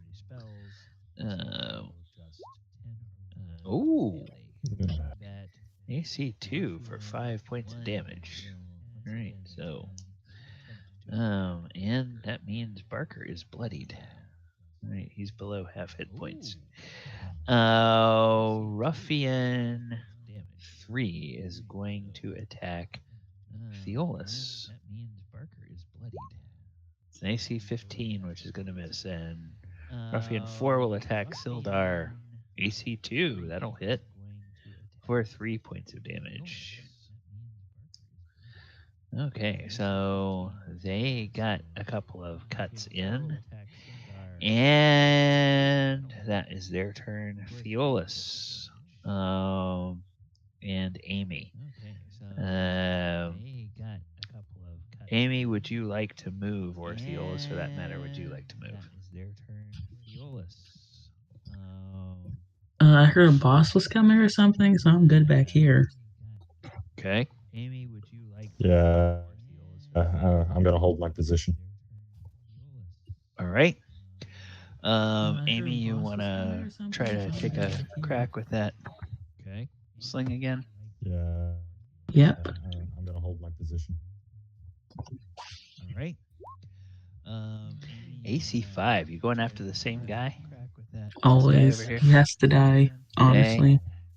All right. Well, you ping him. He goes, "Ow!" And you hit him right above his eye. He has to die, honestly. And, Dang, I missed the target. I was trying to aim for the eye. Yeah. Okay, and then we come to the melee attacks. So Theolis, you can go ahead and attack your guy. Okay, and then armor class 6. Armor class 6. Hey, armor class 6 is exactly what you need. How would you like to kill this guy? Oh God, just coming down top down, trying my best to cleave him in two. Okay, well, you don't quite cleave him in two, but you do catch him on the shoulder between where his armor and his neck are, and you hit him so hard that most of his shoulder just sort of kind of peels off, and his arm is hanging there, and he lets out a scream of pain and horror, and just arterial spray of blood goes up, and this guy is no more. He is on the ground, and that is going to have a profound impact on their morale next time around. And Ruffian 2 goes, "God! No! This didn't have to happen." He's just kind of got his hands on his head, and he's bewildered and befuddled. So then Sildar is going to attack his guy. Ooh, he hits armor class -3 for 6 points of damage. And with his long sword, he just plunges it straight into the guy's chest. Ruffian 4 sort of looks over kind of in horror at his friend getting cloven, and he's like, "Bill!" And, he drops his guard for just a second, and Sildar right through the heart. And he expires. And he is now down. So this definitely is going bad for morale for the home team. And then Albon and Barker will make their attacks. And they will attack. Okay, 13. That will hit an armor class 6. That's exactly what they need. They have a long sword. So this is Albon will deal 7 damage. Oh, and 7 is enough. 7 is enough to drop this guy. And he just catches him right across the neck and nearly severs his head as the guy falls. And Ruffian 2 again is like, "Ah!" And that ends, Barker then just sort of, Barker then just tells Ruffian to drop your weapon. And turns on him, and of course Barker's bleeding at this point, and Ruffian 2 just is kind of intimidated there and looks past Barker at Amy like wondering what he ought to do. And so we can go ahead then and roll initiative. So Amy, I believe it's up to you. It's a free action to talk to your charmed guy there if you want to.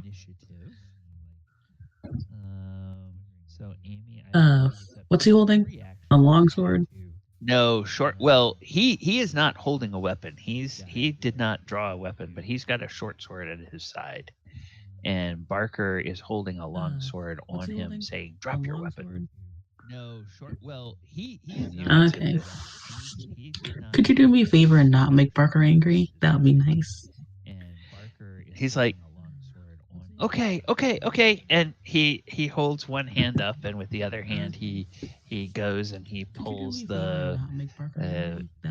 Actually, he doesn't even try to pull the short sword out. He just sort of undoes his sword belt and lets it fall on the ground while he's holding his other hand up.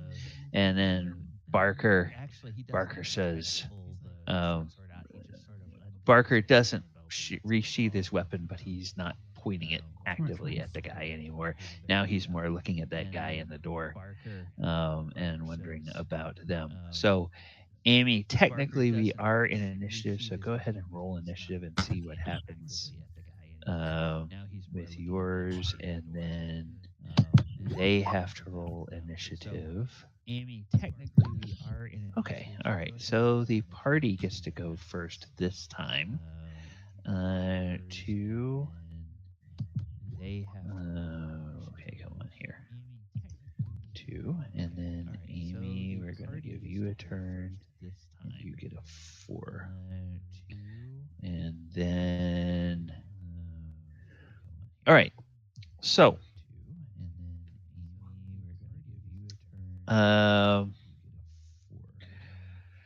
do any of you guys want to move? Right now, you see the only living enemy on the battlefield in front of you is Amy's charmed guy, and he has dropped the belt. There is another enemy standing, or potential enemy standing in the door looking at you, but he seems pretty shocked, just having walked up to the door and watched 3 of his friends get cut down. So there's the movement or anything like that you guys may want to do for weapons. I'm just Can I gonna talk move. like a free action? Yeah, talking is still a free action.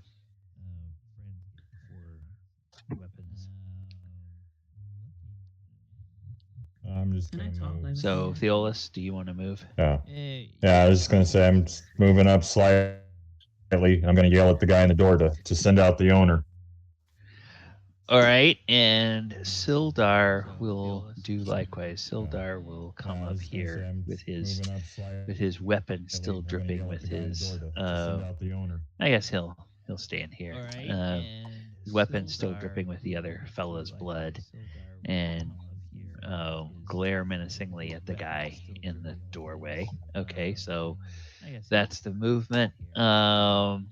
Amy, do you want? I mean, you can move anywhere you want, but do you want to make any ranged attacks this round? Nope. I'm just gonna tell this guy over here to disarm his friend. This one.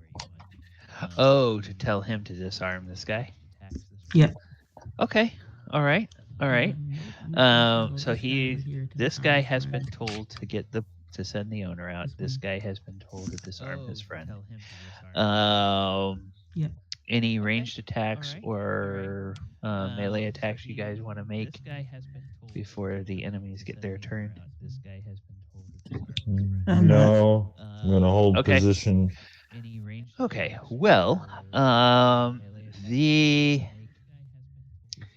this guy here in the doorway, he has a choice to make.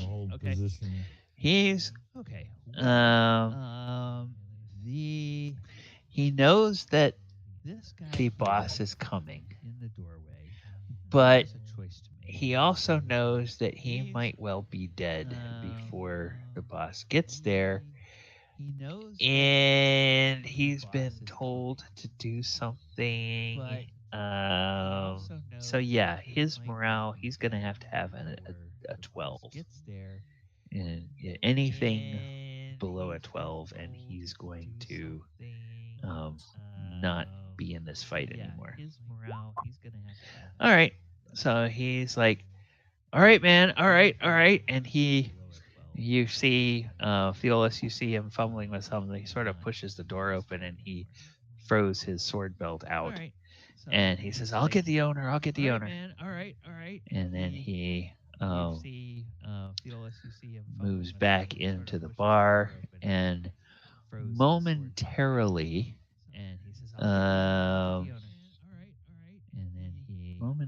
you guys see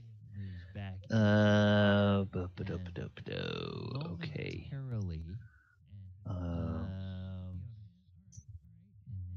Momentarily, you guys see. All right, you guys normally see a.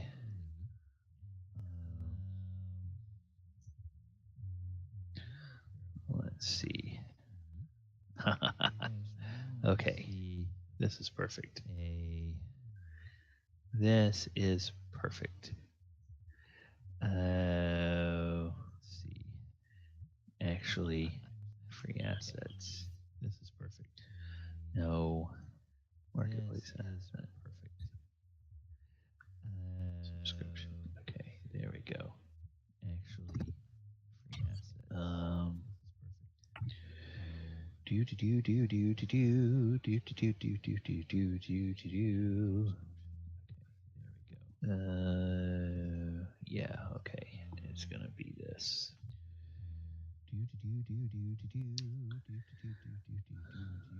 That works. Okay. This is. What was her name? Her name is. Okay. Grista. Yeah, Grista. Her name is Grista. There we go. Grista. Just looking for the spelling. And boom, and boom. And then boom. Okay. So Grista comes up to the door and she steps out and she's got I love her that so much. she's got her hands on her hips and she's got a first of all, this dwarf, she I love that so much. is probably the ugliest dwarf female any of you have ever seen. Now, dwarven women are an acquired taste if you're not a dwarf yourself. A lot of the other races tend to be put off by the braided beards that most dwarf women prefer. But this dwarf, she's got um, greasy, dark hair. She is wearing sort of an innkeeper's apron, but instead of it being starched and crisp and white like you have seen at most inns, hers is grubby and stained with obviously grease, and maybe there's some blood on that too, and hopefully that's blood from something she's butchered, but Then again, if she's still wearing an apron that has blood from something that she's butchered, that's kind of gross. And she's chewing on a mouthful of something, and then she sort of just spits it on the ground. Right. Actually, she spits it right on the corpse of Ruffian 3. And she says, "All right, who are you lot? And what are you making a mess on my doorstep for? Who's going to pay to clean this up? Somebody answer me." She looks at Theolis, What? very demanding. Are we still in like Oh no, initiative? No, we're not in initiative because the fourth guy or the last guy turned. So I'm going to go ahead and clear the. Are we still in like initiative? All right. What kind of proprietor hires people to attack cash-paying customers before they can make it into your establishment? Pay to clean it up. I was trying to enter. What kind of proprietor hires people? I'm gonna see if they have any money on them. Cash-paying customers before they can make it. Don't start looting them right in front of her. Well, she asked for money, didn't she? She can have the money with the dead bodies.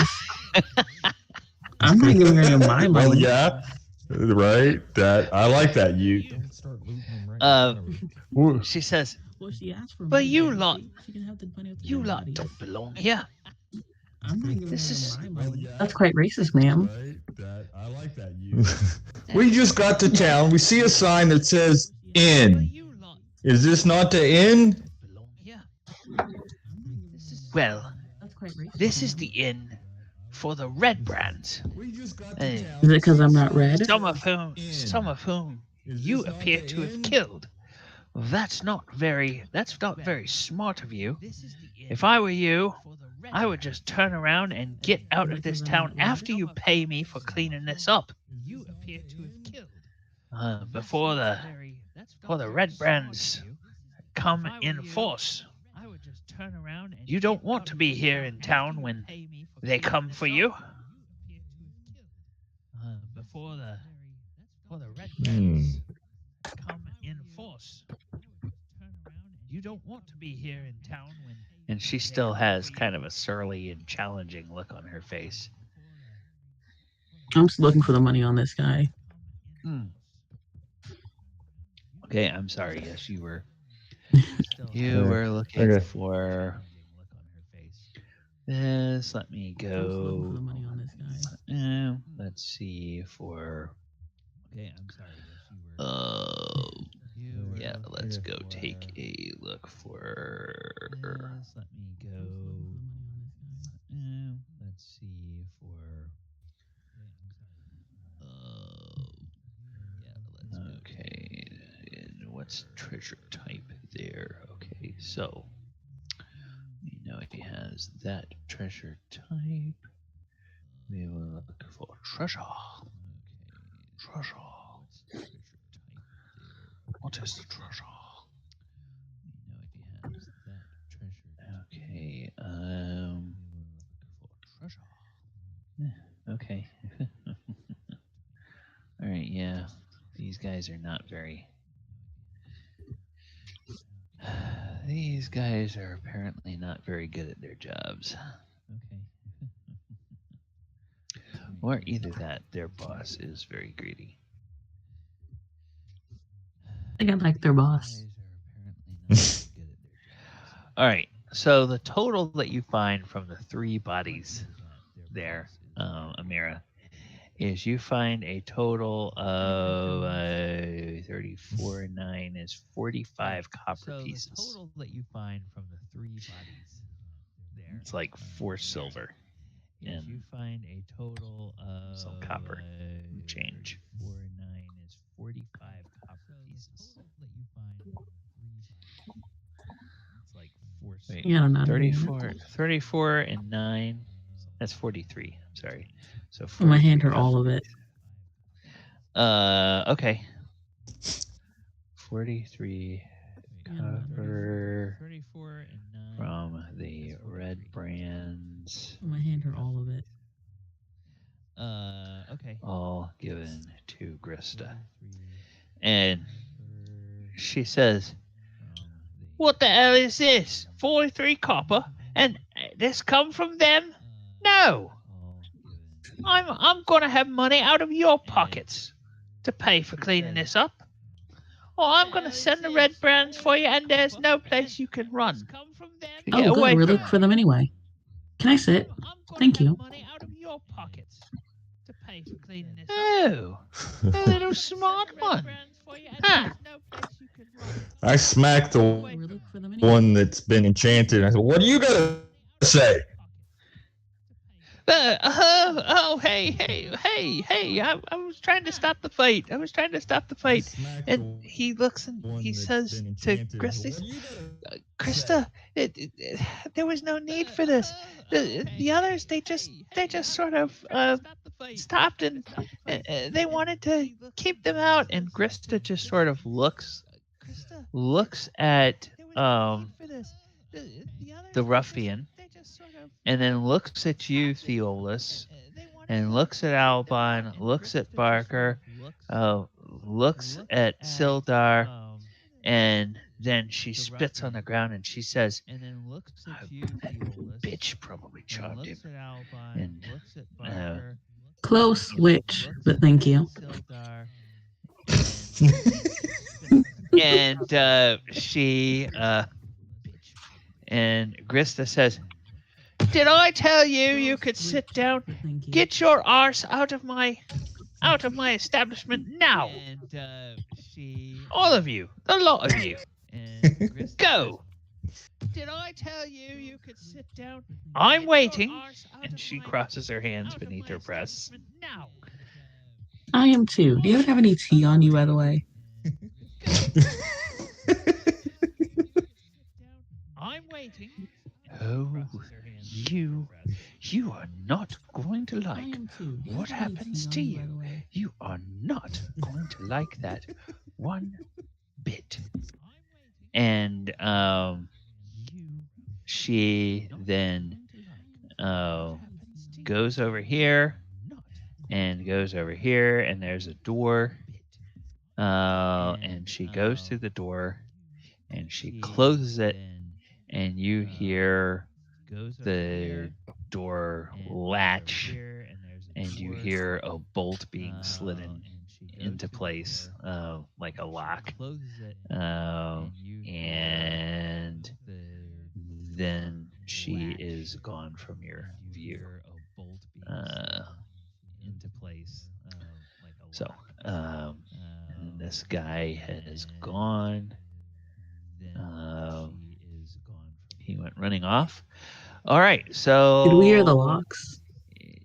Yeah, you guys heard the locks from this. Okay, that's our cue to leave. At least one thing Amy knows is when to leave, because she knows when doors lock, you need to run. Okay. All right. So I'm gonna start booking it like, come on, ShaunR, let's go. Okay. We're taking the charmed one with us. Oh, okay. All right. So somebody pick up Okay. the sword belt, and yeah, let's see, what is his. Charmed one with us. Okay. All right. So somebody pick up Okay. the sword belt. Let me go take a look at the thing again. Monsters. Okay, so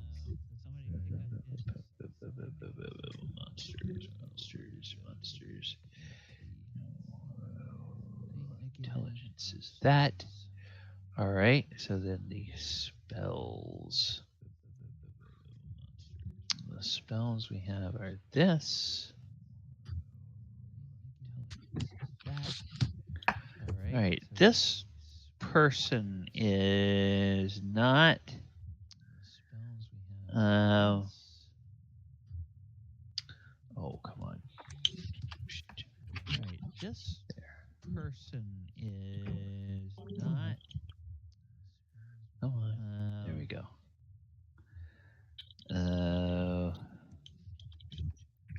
Okay. Yeah. This person is probably a little bit brighter than Clark, you would estimate, but it's going to be a few days before he starts to remember that, hey, you're really not his friend.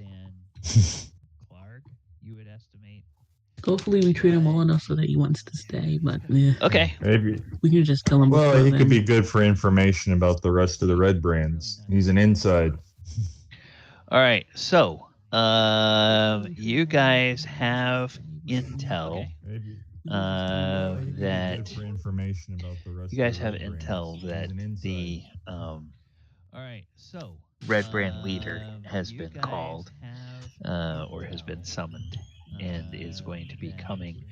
What would you all like to do at this point? Run. Okay, but where? More specifically, where would you want to run? We need to get outside of town. I don't think we should go to a local establishment because that would bring more of the Redbrands and problems to them. And we need to take a second to try to heal Barker. Okay, so they don't know where the wanna... bugbear is. Not bugbear. Yeah, bugbear. Correct. They don't know where that is. Correct. They So don't we know can where go there. Clark is. Well, they don't know at this point.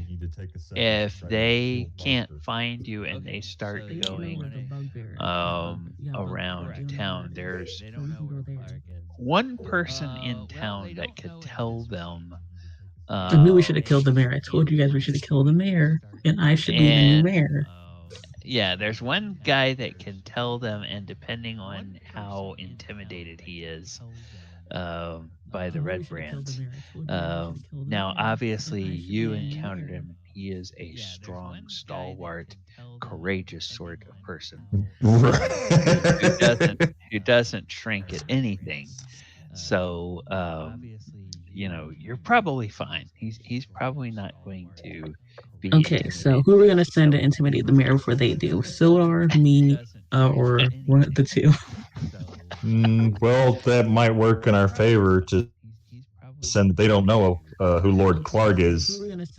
So all we got to do is stop by the mayor and instruct him to tell the Redbrands that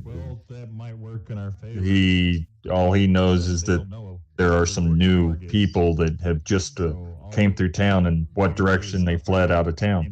And basically it works in his favor. We either are demolished by the Redbrands and doesn't look any the worse for wear, or he sends the Redbrands right into Clark's hands, and it's going to work in his benefit. The spineless will love it. Okay. All right. So okay, you guys do that. I am out of spell slots, so I am going to safety. It's going to work in his benefit. The spineless will love it. Okay, and for Amy is courageous, but she's also not willing to die just yet. Okay.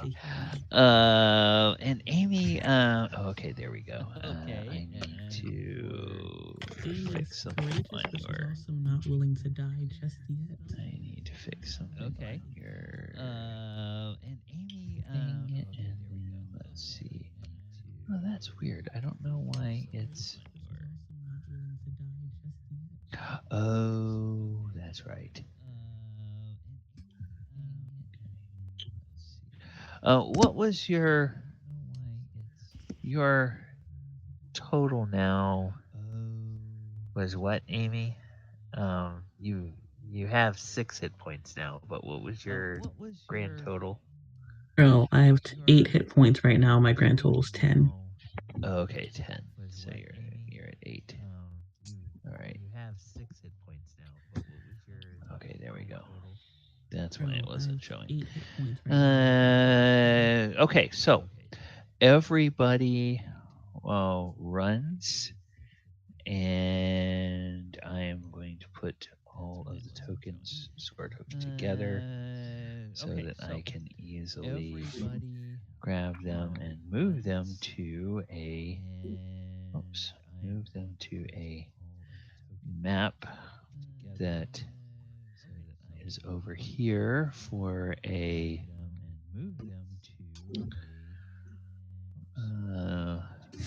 over here for just such a situation. Whoops. Here for a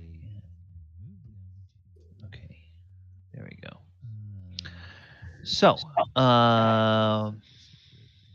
let's go ahead and first of all put you guys on this map. And I'm going to then bring the ribbon over here. And I'm going to do this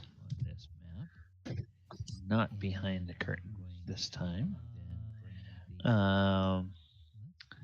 I am going to grab a shape tool here.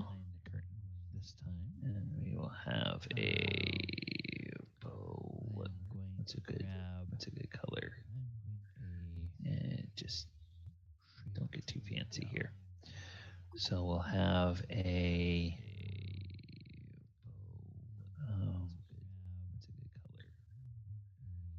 15 by 20 tent, which is kind of the main tent in y'all's camp.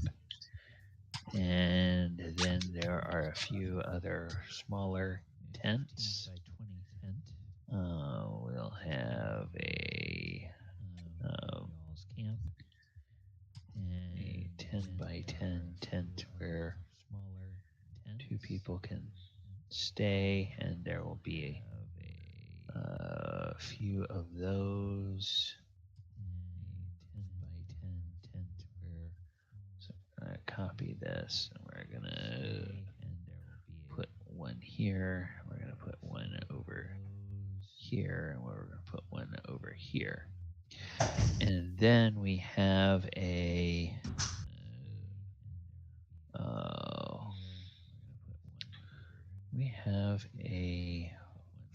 fire pit. And this fire pit is a 15 by 15 fire pit, like right here. And then there's a few. If we were Bob Ross, I would say that there's a few little happy trees over here. So we have one little happy tree there, one little happy tree kind of there. Have another little happy tree over here, a little happy tree, and then we have kind of we have a freehand line of sort of little forest that goes off over there. All right, and then in addition to you guys, and you can move yourselves anywhere in that camp area that you want to be. There's also, oops, Where are we? go. Oh, did I not move you guys yet? Okay, so camp area that you want to be. Like here. There's also. I mean, like, where are we? We're back at you're the back camp at your, with Clark. at your camp. Yeah, back at your camp with Clark. Where's my fancy chair? It's probably in the main tent with Clark. Probably in the main tent. I mean, like, where are we? All right, peace out. You're back at your camp. Yeah, back at your camp. Where's my fancy chair? Okay, and Where are the grape goblins? Probably. Yeah, I'm gonna bring. I'm gonna bring them along. So here's Where are the Clark. Here's Ripper. Here's Dill, Spelink, and Relish. Okay, so we have these guys, and they, whoops, copy them, and then we have these guys, paste them here. Okay, so Clark will be in there, Ripper will be in there.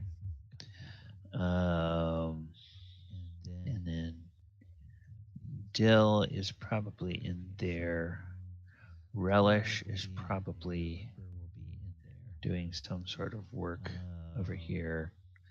And Spoink is probably over doing something like digging latrines or something over here. And you all come up to the camp. All right, so let me back this. For the benefit of chat, I'll back this off a little bit so we can see. All right, so let me back. All right. So we can see everything. All right. Good. So you are at your camp. Okay. Well, I'm going to go ahead and. Sorry. Good. No, go ahead. I'm sorry.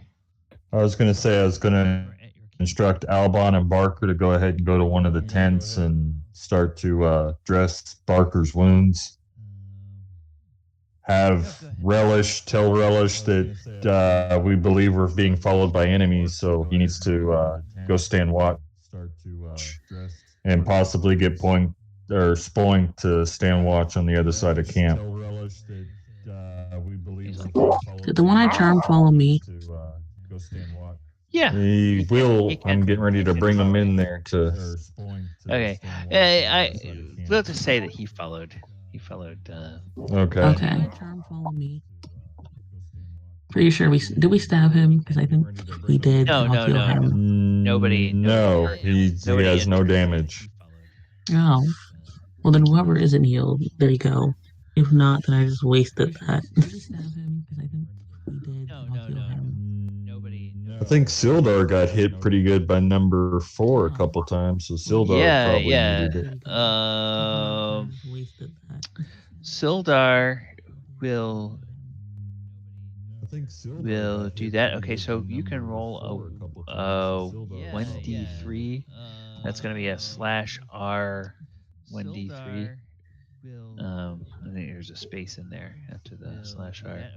Okay, so Sildar, he now is up to 14. Okay, he is 14 of. Oh, he is exactly. I didn't mark him before, but he is exactly bloodied at 14. That's half his hit points. Nice. So your 14 or your 2 did help him, but he's still bloodied. Relish is going to go and we'll talk to Spoink, and Spoink will go watch. Relish will go watch this way, and Spoink will go watch this way.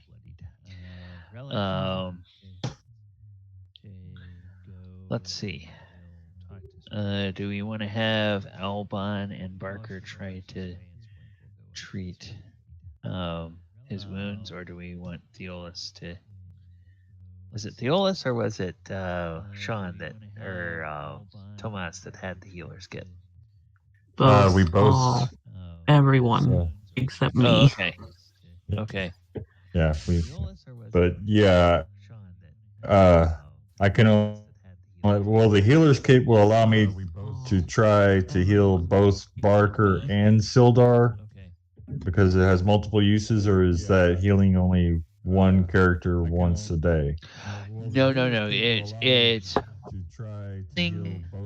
for one set of wounds on one character each day. So you can try to heal multiple characters each day, and you can try to heal each character multiple times if there are multiple fights, but you can only try to heal one set of wounds one time each day on a case. It's kind of a weird thing.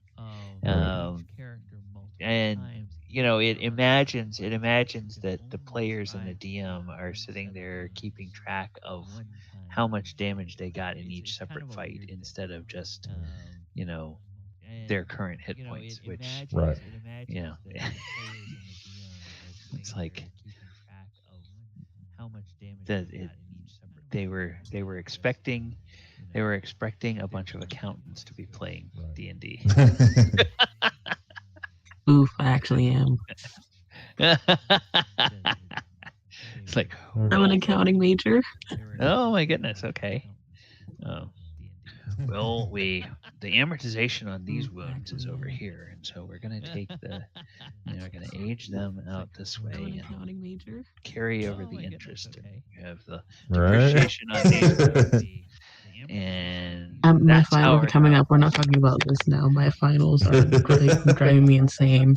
Okay, all right. We will get off of that topic. And let us see. Okay, so Theolis, upshot is you can try to heal multiple people if you want. Yeah, I'll try to heal Sildar and then Barker, and then Amy can bring Clark up to speed with what occurred in town. Okay. I'll try to. All right. Heal Sildar and then Barker, and then Amy can bring Clark. Okay, I guess I'm talking to Clark now. Speed with what occurred. Basically, I may have sort of, kind of, purposefully antagonized someone to see if they were on our side or not. Because this is perfectly understandable. That's all. That is good tactics. You intimidate someone and you see if they are smart and they decide that they will join you. If they are foolish and they oppose you, well, then you have no regrets when you have to kill them. This is sound tactics. I see nothing wrong with this. we may have to kill them. Oh, well, if they come and they bother my empress, then of course I'll kill them. They may be coming here. Oh, well, then I don't need to go find them, do I? What do they I've been look such like? a bad influence, and I'm not mad about it. What Not do at they all. look like? Oh, well, then I don't need to go find them, do I? Red cloaks, a lot of red cloaks, and then there is a short, very angry woman. Short, very angry woman. Is she human? A dwarf. A lot of red Dwarf. Dwarf is good eating. You ever had roasted dwarf? Oh, bring her on. Bring her on. We will feast tonight, won't we, Ripper? And he reaches out and he just ruffles Ripper's fur, and Ripper kind of is picking up that something is going on. And he's like, his tail is starting to wag and everything, and because he's kind of been trained that when Clark is getting ready to fight, that means good, because then that means he gets treats, usually in the form of fresh meat. So.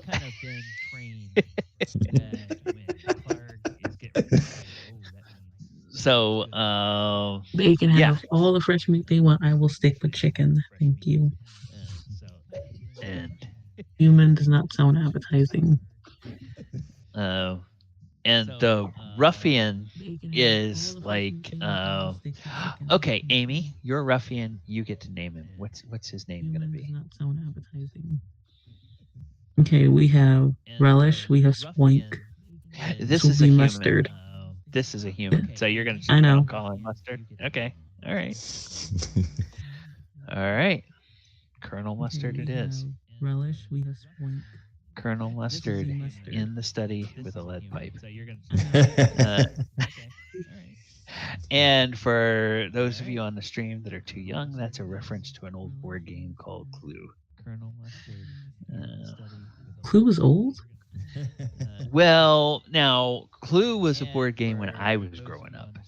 And so, yeah, it's at least, it's been around for 40 or more years now.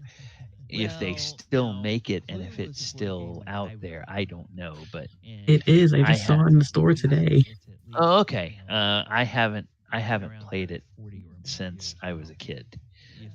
But it's an interesting party game because It is. I just saw it in the store today. Well, we won't get derailed with that discussion right now. So you guys are there, and Theolis, you were going to go try healing checks on Sildar first, and then on Barker. So you may go ahead and do that. Uh-oh. Well, you don't. I gotta stop letting them heal. Yeah, you don't deal any damage to Sildar, but you're not able to help him. So then you can try Barker. Okay. I gotta stop letting them heal. Yeah, you don't deal any damage to Sildar, but you're not able to help. Oh my god. Really? My god. Really? Well, I don't know. I'm laughing because I'm in pain. I'm in physically. Oh my goodness. Okay. At least All I right. didn't kill him. Yeah, well, Sildar I'm in pain. I'm in physically. is going to grab a healing kit from somebody. At least I didn't kill him. And Sildar is going to attempt to heal himself. And that's a what? It's a wisdom in this? Or is that the skill that it goes against? The healing Yeah. intelligence is the stat it shows on mine. Okay. Intelligence. All right. That's probably why I'm messing up. It's the worst stat I have is intelligence.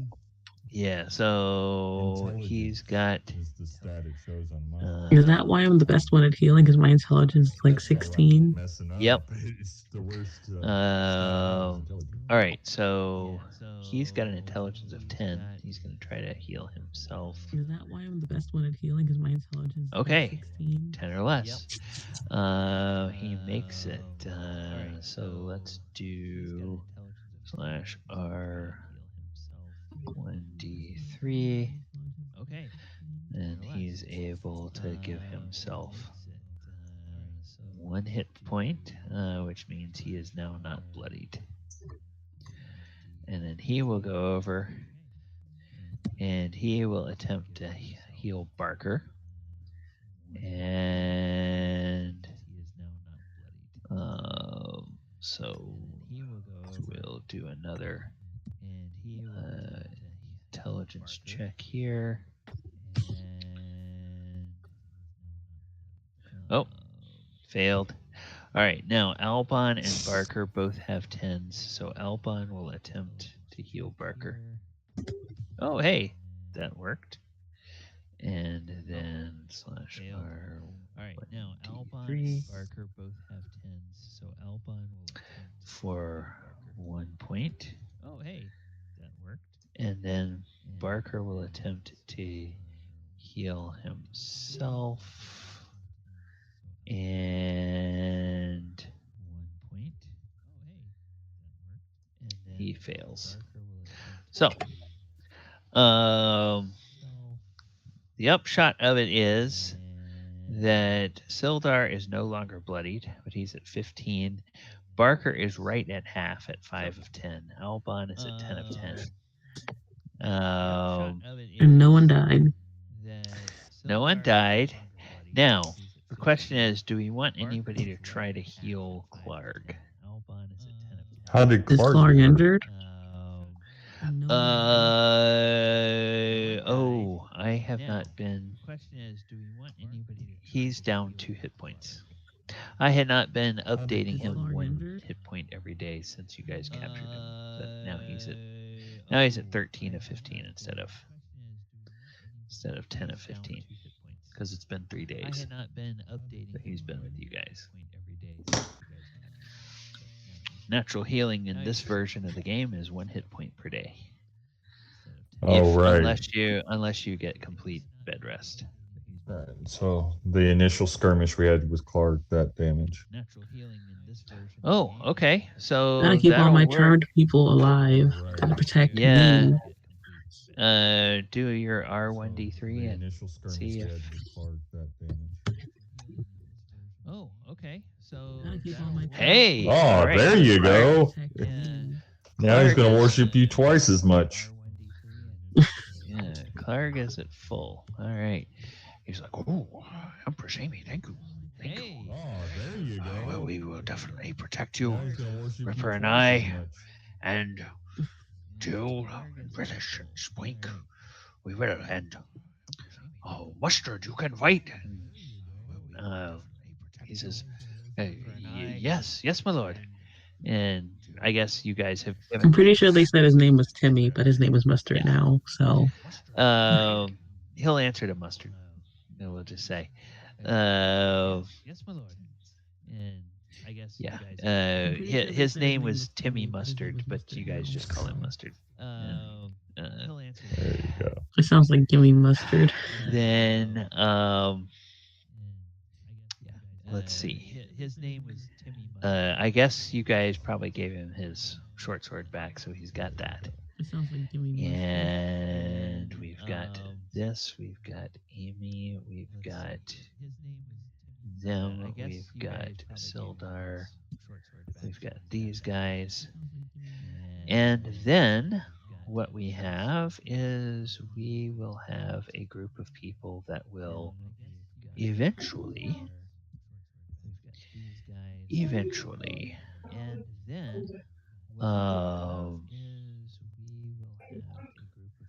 show up. And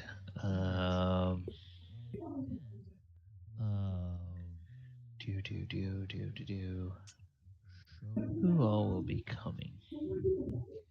Okay, somebody has like a TV or something on in the background and it's bleeding through. Oh, Who all will be coming? Okay, somebody has like a TV. Yeah. oh. These guys will. These guys will come along with these guys. Yeah. All right. These guys will. So. It's a couple of hours that go by. And then suddenly suddenly Spoink and okay, Theolis, where are you after you? Are you just gonna hang out in the middle of camp, or are you? Well, I got a question. The stuff we took from the ogres, there was a great axe. Does it have greater attack damage than the longsword I've been using? Stuff we took. The great axe. Yeah, there were several great axes from the orcs. I don't think a human would be able to use an ogre's. The ogre has a great club. You wouldn't be able to use that because that's like a tree branch. But Right, the the great orc axe had a great axe. Yes, the great axe from the orcs. Let's see in this edition. This edition, equipment. Right, the orc had a great axe. Let's go take a look at equipment.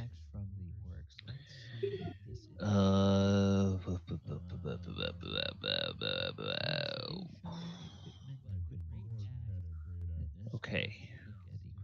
Ah, yes. It is. Great axe is a two-handed weapon, and it will deal 1d10 damage.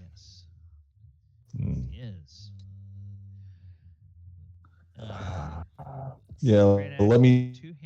I'll go ahead and leave my longsword sheath, and I'll grab the orc's great axe from our Okay, now the collection. The thing is, you're going to have to remove your shield bonus because if you have a two-handed weapon, you cannot use a shield. Right. So, Which would take my armor class to a 4.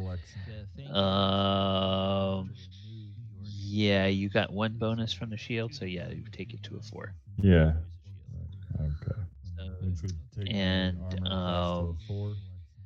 So you can go on your combat. You can write down. You can add a weapon, great axe, and the damage on the great axe is 1d10, and the encumbrance in this edition. Ooh. The encumbrance in this edition is 12 pounds or 120 coins of encumbrance. So if there's a place on there for encumbrance, just put 120, because in this edition it measures everything in coins and not in pounds, but it's 10 coins to a pound. So if there's a place on there for encumbrance, just put Okay, not under combat. Let's see under main. Yeah, under combat you should have. That's where your Yeah, I mean the your line item encumbrance. is. Okay. I'm sorry. Yeah. Yeah, I put the Inventory, yeah. the great axe in there, and then under Okay, inventory, yeah. encumbrance and coins inventory. It shows I have a total capacity of 400, but it doesn't. It's not been tallied against in terms of what I've been carrying. Yeah. So just put in for now. Put in 30. Was it? 120. Oh, it's 120. Okay. Tallied against in terms of what I've been carrying. Yeah. So just put in for now. Okay. So So you're adds to my encumbrance. So yeah, you're 520. Yeah, you're currently at 520. Your grand total that you can carry, I think, is 2,400. So you're not. You're Encumbered. Yeah. The right now everything in your inventory is in that treasure and loot. What the way that this system works is if you take those items and you distribute them among the tabs down at the bottom, where each tab, like the tab 1 stands for whatever you're wearing, tab 2 is anything you're carrying in your hands, tab 3 is whatever you have in your backpack, so on and so forth.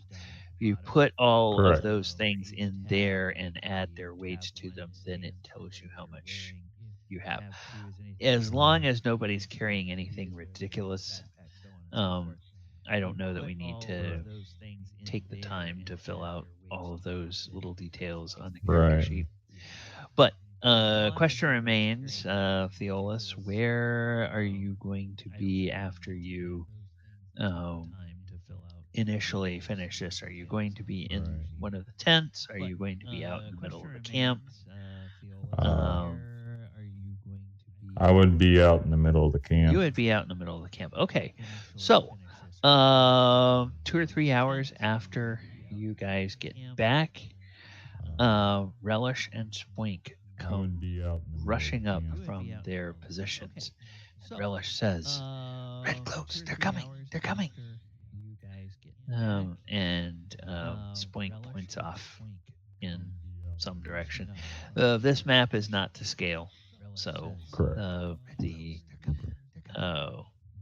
they get to you well before the Red Cloaks get there. I guess your camp is to scale, but the distance between them, any of you guys who are zoomed out enough to see the rest of the map, it's not to scale.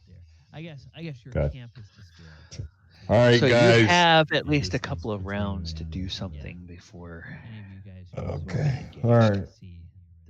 Well, Relish, get the guys from the tents. Spoink, get a good position and hide with your bow. And then at that point, I'll holler to the tent that we have company. Well, not scream it, but enough so that the tent can be aware that they need to prepare. Okay. So, Amy, I'm going to say that you guys hear that. Sildar hears that. Spoink and Relish will get over here on the side of the tent so that they can kind of be in ambush. And then Um, as as these guys approach, they kind of fan out, and you can see that there are 6 of them, and one of them appear. They get a little bit closer here to the fire, and one of them appears to do the talking. This guy here, and he says, "Heh, right where that coward town master said you'd be. Well, he knows he shouldn't lie to us. At least that's good. So, did your little girlfriends run off and leave you here, punk? What do you want us to do? Do you want us to hang your corpse up in several of these trees, or do you want us just to throw you in the fire and get this over with? What do you want us to do? Do you want us to hang your See. corpse up in several of these trees? Well, I thought you guys might want to dress up like maids and clean my tent for me, if you don't mind. Oh, that's it. And they go to grab their swords, and we are going to have a fight. But hey, everybody, we are out of time. And actually, we've got 4 minutes, but I don't want to start. It's not enough time. Yeah, I don't want to start a fight with 4 minutes left in the session. So we will pick up here next time with the party actually fighting several of the Redbrands and at their tent. All right, everyone. Players, thank you guys for coming out this evening, and chat especially. Thank you guys for hanging out with us this evening. Hope you are enjoying this particular run through of the Lost Mine of Phandelver, the Lost Mine of original D&D, as we are calling it here. We play every Saturday night at 7:30 p.m. Eastern Time. I did have a couple of people that have expressed some interest in joining this game. Last week, there was somebody who asked about, just joining as a basically an observer. And I told them, hey, we're on Twitch. So I pointed them to Twitch. Go watch the Twitch stream. See if it's something you think you like, and then get back with me. I didn't hear back from them. And then I got something from somebody just about an hour before we were going to be playing this evening.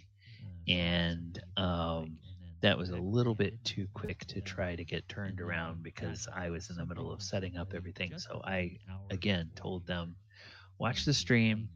If it's something you like, get back with me. Don't wait until the day of the game, but get back with me and let me know. And so we might have some more people come. I think during the holidays, I could have sworn that I remembered Sean saying that he had a conflict this evening. That he was be traveling and he didn't know if he'd get back in time or something like that. And so that's probably what happened with him. And holiday times may be really stressful with Z, him and his family, because they have young kids and everything. So that may be why we haven't seen him the last few weeks. He hasn't said anything about dropping out of the game, but viewers, if you all are interested, we're on Roll20. You can look for the Lost Mine of original D&D on Roll20, and make sure that you set your filters to look for the older versions of D&D, not for the 5e, because you won't find it if you're trying to filter by 5e games. And Amy or Amira and Travis, anything going on that you want chat to know about between now and next Saturday? And Amy or Mm, Amira and not for me. I do things pretty Travis, simple. Okay. anything going All on right. that you want chat to know about Amira, between now and good next luck Saturday? on your And exams if those are coming up this week. And If hope I'm still alive and I show up next week, then I either failed well enough that I didn't fail the class or passed and I'm still alive to talk about it. yeah, So, okay. If Well, I'm still alive we and I hope show up that next week, then I either failed we hope that well enough that I all didn't of fail the your class or ledgers, passed and I'm still alive to talk about you it. know, Yeah, okay. true up, and that Well, all of the we hope beans get that we counted hope in that it the right little we hope that pots, all of so your that ledgers you will have your class behind you for the true up semester, and that and all you of can the enjoy beans the get counted in holidays. the right All right, everyone. Thanks pots again so that for joining you us. will We have had a few viewers your on tonight, class behind you for the and semester and you can enjoy the the other night on holidays. the Thursday game, we All had right, as many as everyone. 15 viewers at Thanks one point, again so that was for good. joining Oh, us. We nice. had a few So we're viewers tonight, starting to have a and few viewers with every stream, the other night which on is the nice. Thursday game, we had witness the And world domination. 15 viewers at one point. yes, yes, slowly but surely, So we're starting slowly but to surely, we will have make D&D fans of everyone. a few viewers with every There you stream, And go. which is nice. Witness the for world domination. myself, I'm DM Gallibond. I've got a stream coming up tomorrow afternoon, 2 p.m. Slowly but Eastern surely, we will make Time. D&D fans of everyone. That is a fifth There you edition go. planeswalking game, so it For mixes the myself, lore of fifth I'm edition DM D&D and Gallibond. Magic I've the got a stream Gathering. coming up tomorrow afternoon, I 2 do p.m. on Eastern this Time. channel on Monday nights. I That do is a fifth a edition planeswalking game, Monster so Monday, it mixes the and lore this of week we're fifth going to be edition looking at D&D and Magic the awakened Gathering. creatures. I do So how on those this work channel on Monday nights. mechanically in I the do game, and a kind of interesting ways that you could use them in Monster campaigns and Monday, stuff as a DM, and this week we're going to be uh, looking at awakened and how you creatures. could So use those how against those work parties of various mechanically levels. and kind of And interesting ways then that you we could use them in have campaigns and stuff as a on DM. Thursday night we have And our how you could Sword use Coast those against Chronicles, which is parties of various our love levels. letter to And the then published we fifth have edition campaigns, on Thursday night where we the have party our is following a storyline of my Sword own Coast Chronicles, which design, is but my our love storyline letter basically to the hops and published fifth skips edition between campaigns, the storylines of the where various the party fifth is edition following a adventures. They have storyline of just my been own in the storyline design, but of my storyline Tyranny of basically Dragons, and they hops have and just now skips crossed into between the another storylines storyline. of the They various realize they've crossed into another fifth edition storyline, but adventures. They have just there's been still in cults the involved, storyline and of there's still some stuff Tyranny going of on, so they're not Dragons. quite They have sure just what now they're in crossed yet. into another And in case storyline. any of them They watch the realize other they've games, crossed I'm not into going to another tell. storyline, but there's Let them still figure that cults out. involved, and there's And still some so, stuff yeah, going on, so they're not we quite have fun. sure And then what they're on my in yet. YouTube channel, which you can And see in case any of down them below watch the other games, I'm the not going to Twitch, tell. there's archives of Let them everything, figure that out. and there's all the weekly And content, weekday so, yeah, content that I put up we have on fun. And YouTube. then on my YouTube channel, which you So can thank you, see everyone. down Take care. below the I'm Twitch, planning to run there's the game archives of next week. everything If the and players all the tell me, weekly hey, content none of us that are I put available, then down obviously we below. won't. And with So this thank you, being everyone. December and Take coming into the care. holidays, and I'm also planning all to the run the nonsense game with next COVID and week. everything, If the players tell me, we may hey, play, we none may of us not are play. available, then obviously But we won't. we're And planning to with play this every being Saturday night at December and coming 7:30. into the holidays Thank you very and also much. all the And nonsense for with the COVID stream, and everything, I'll wish you all a good night. we may play, we may not Good play. night, everybody.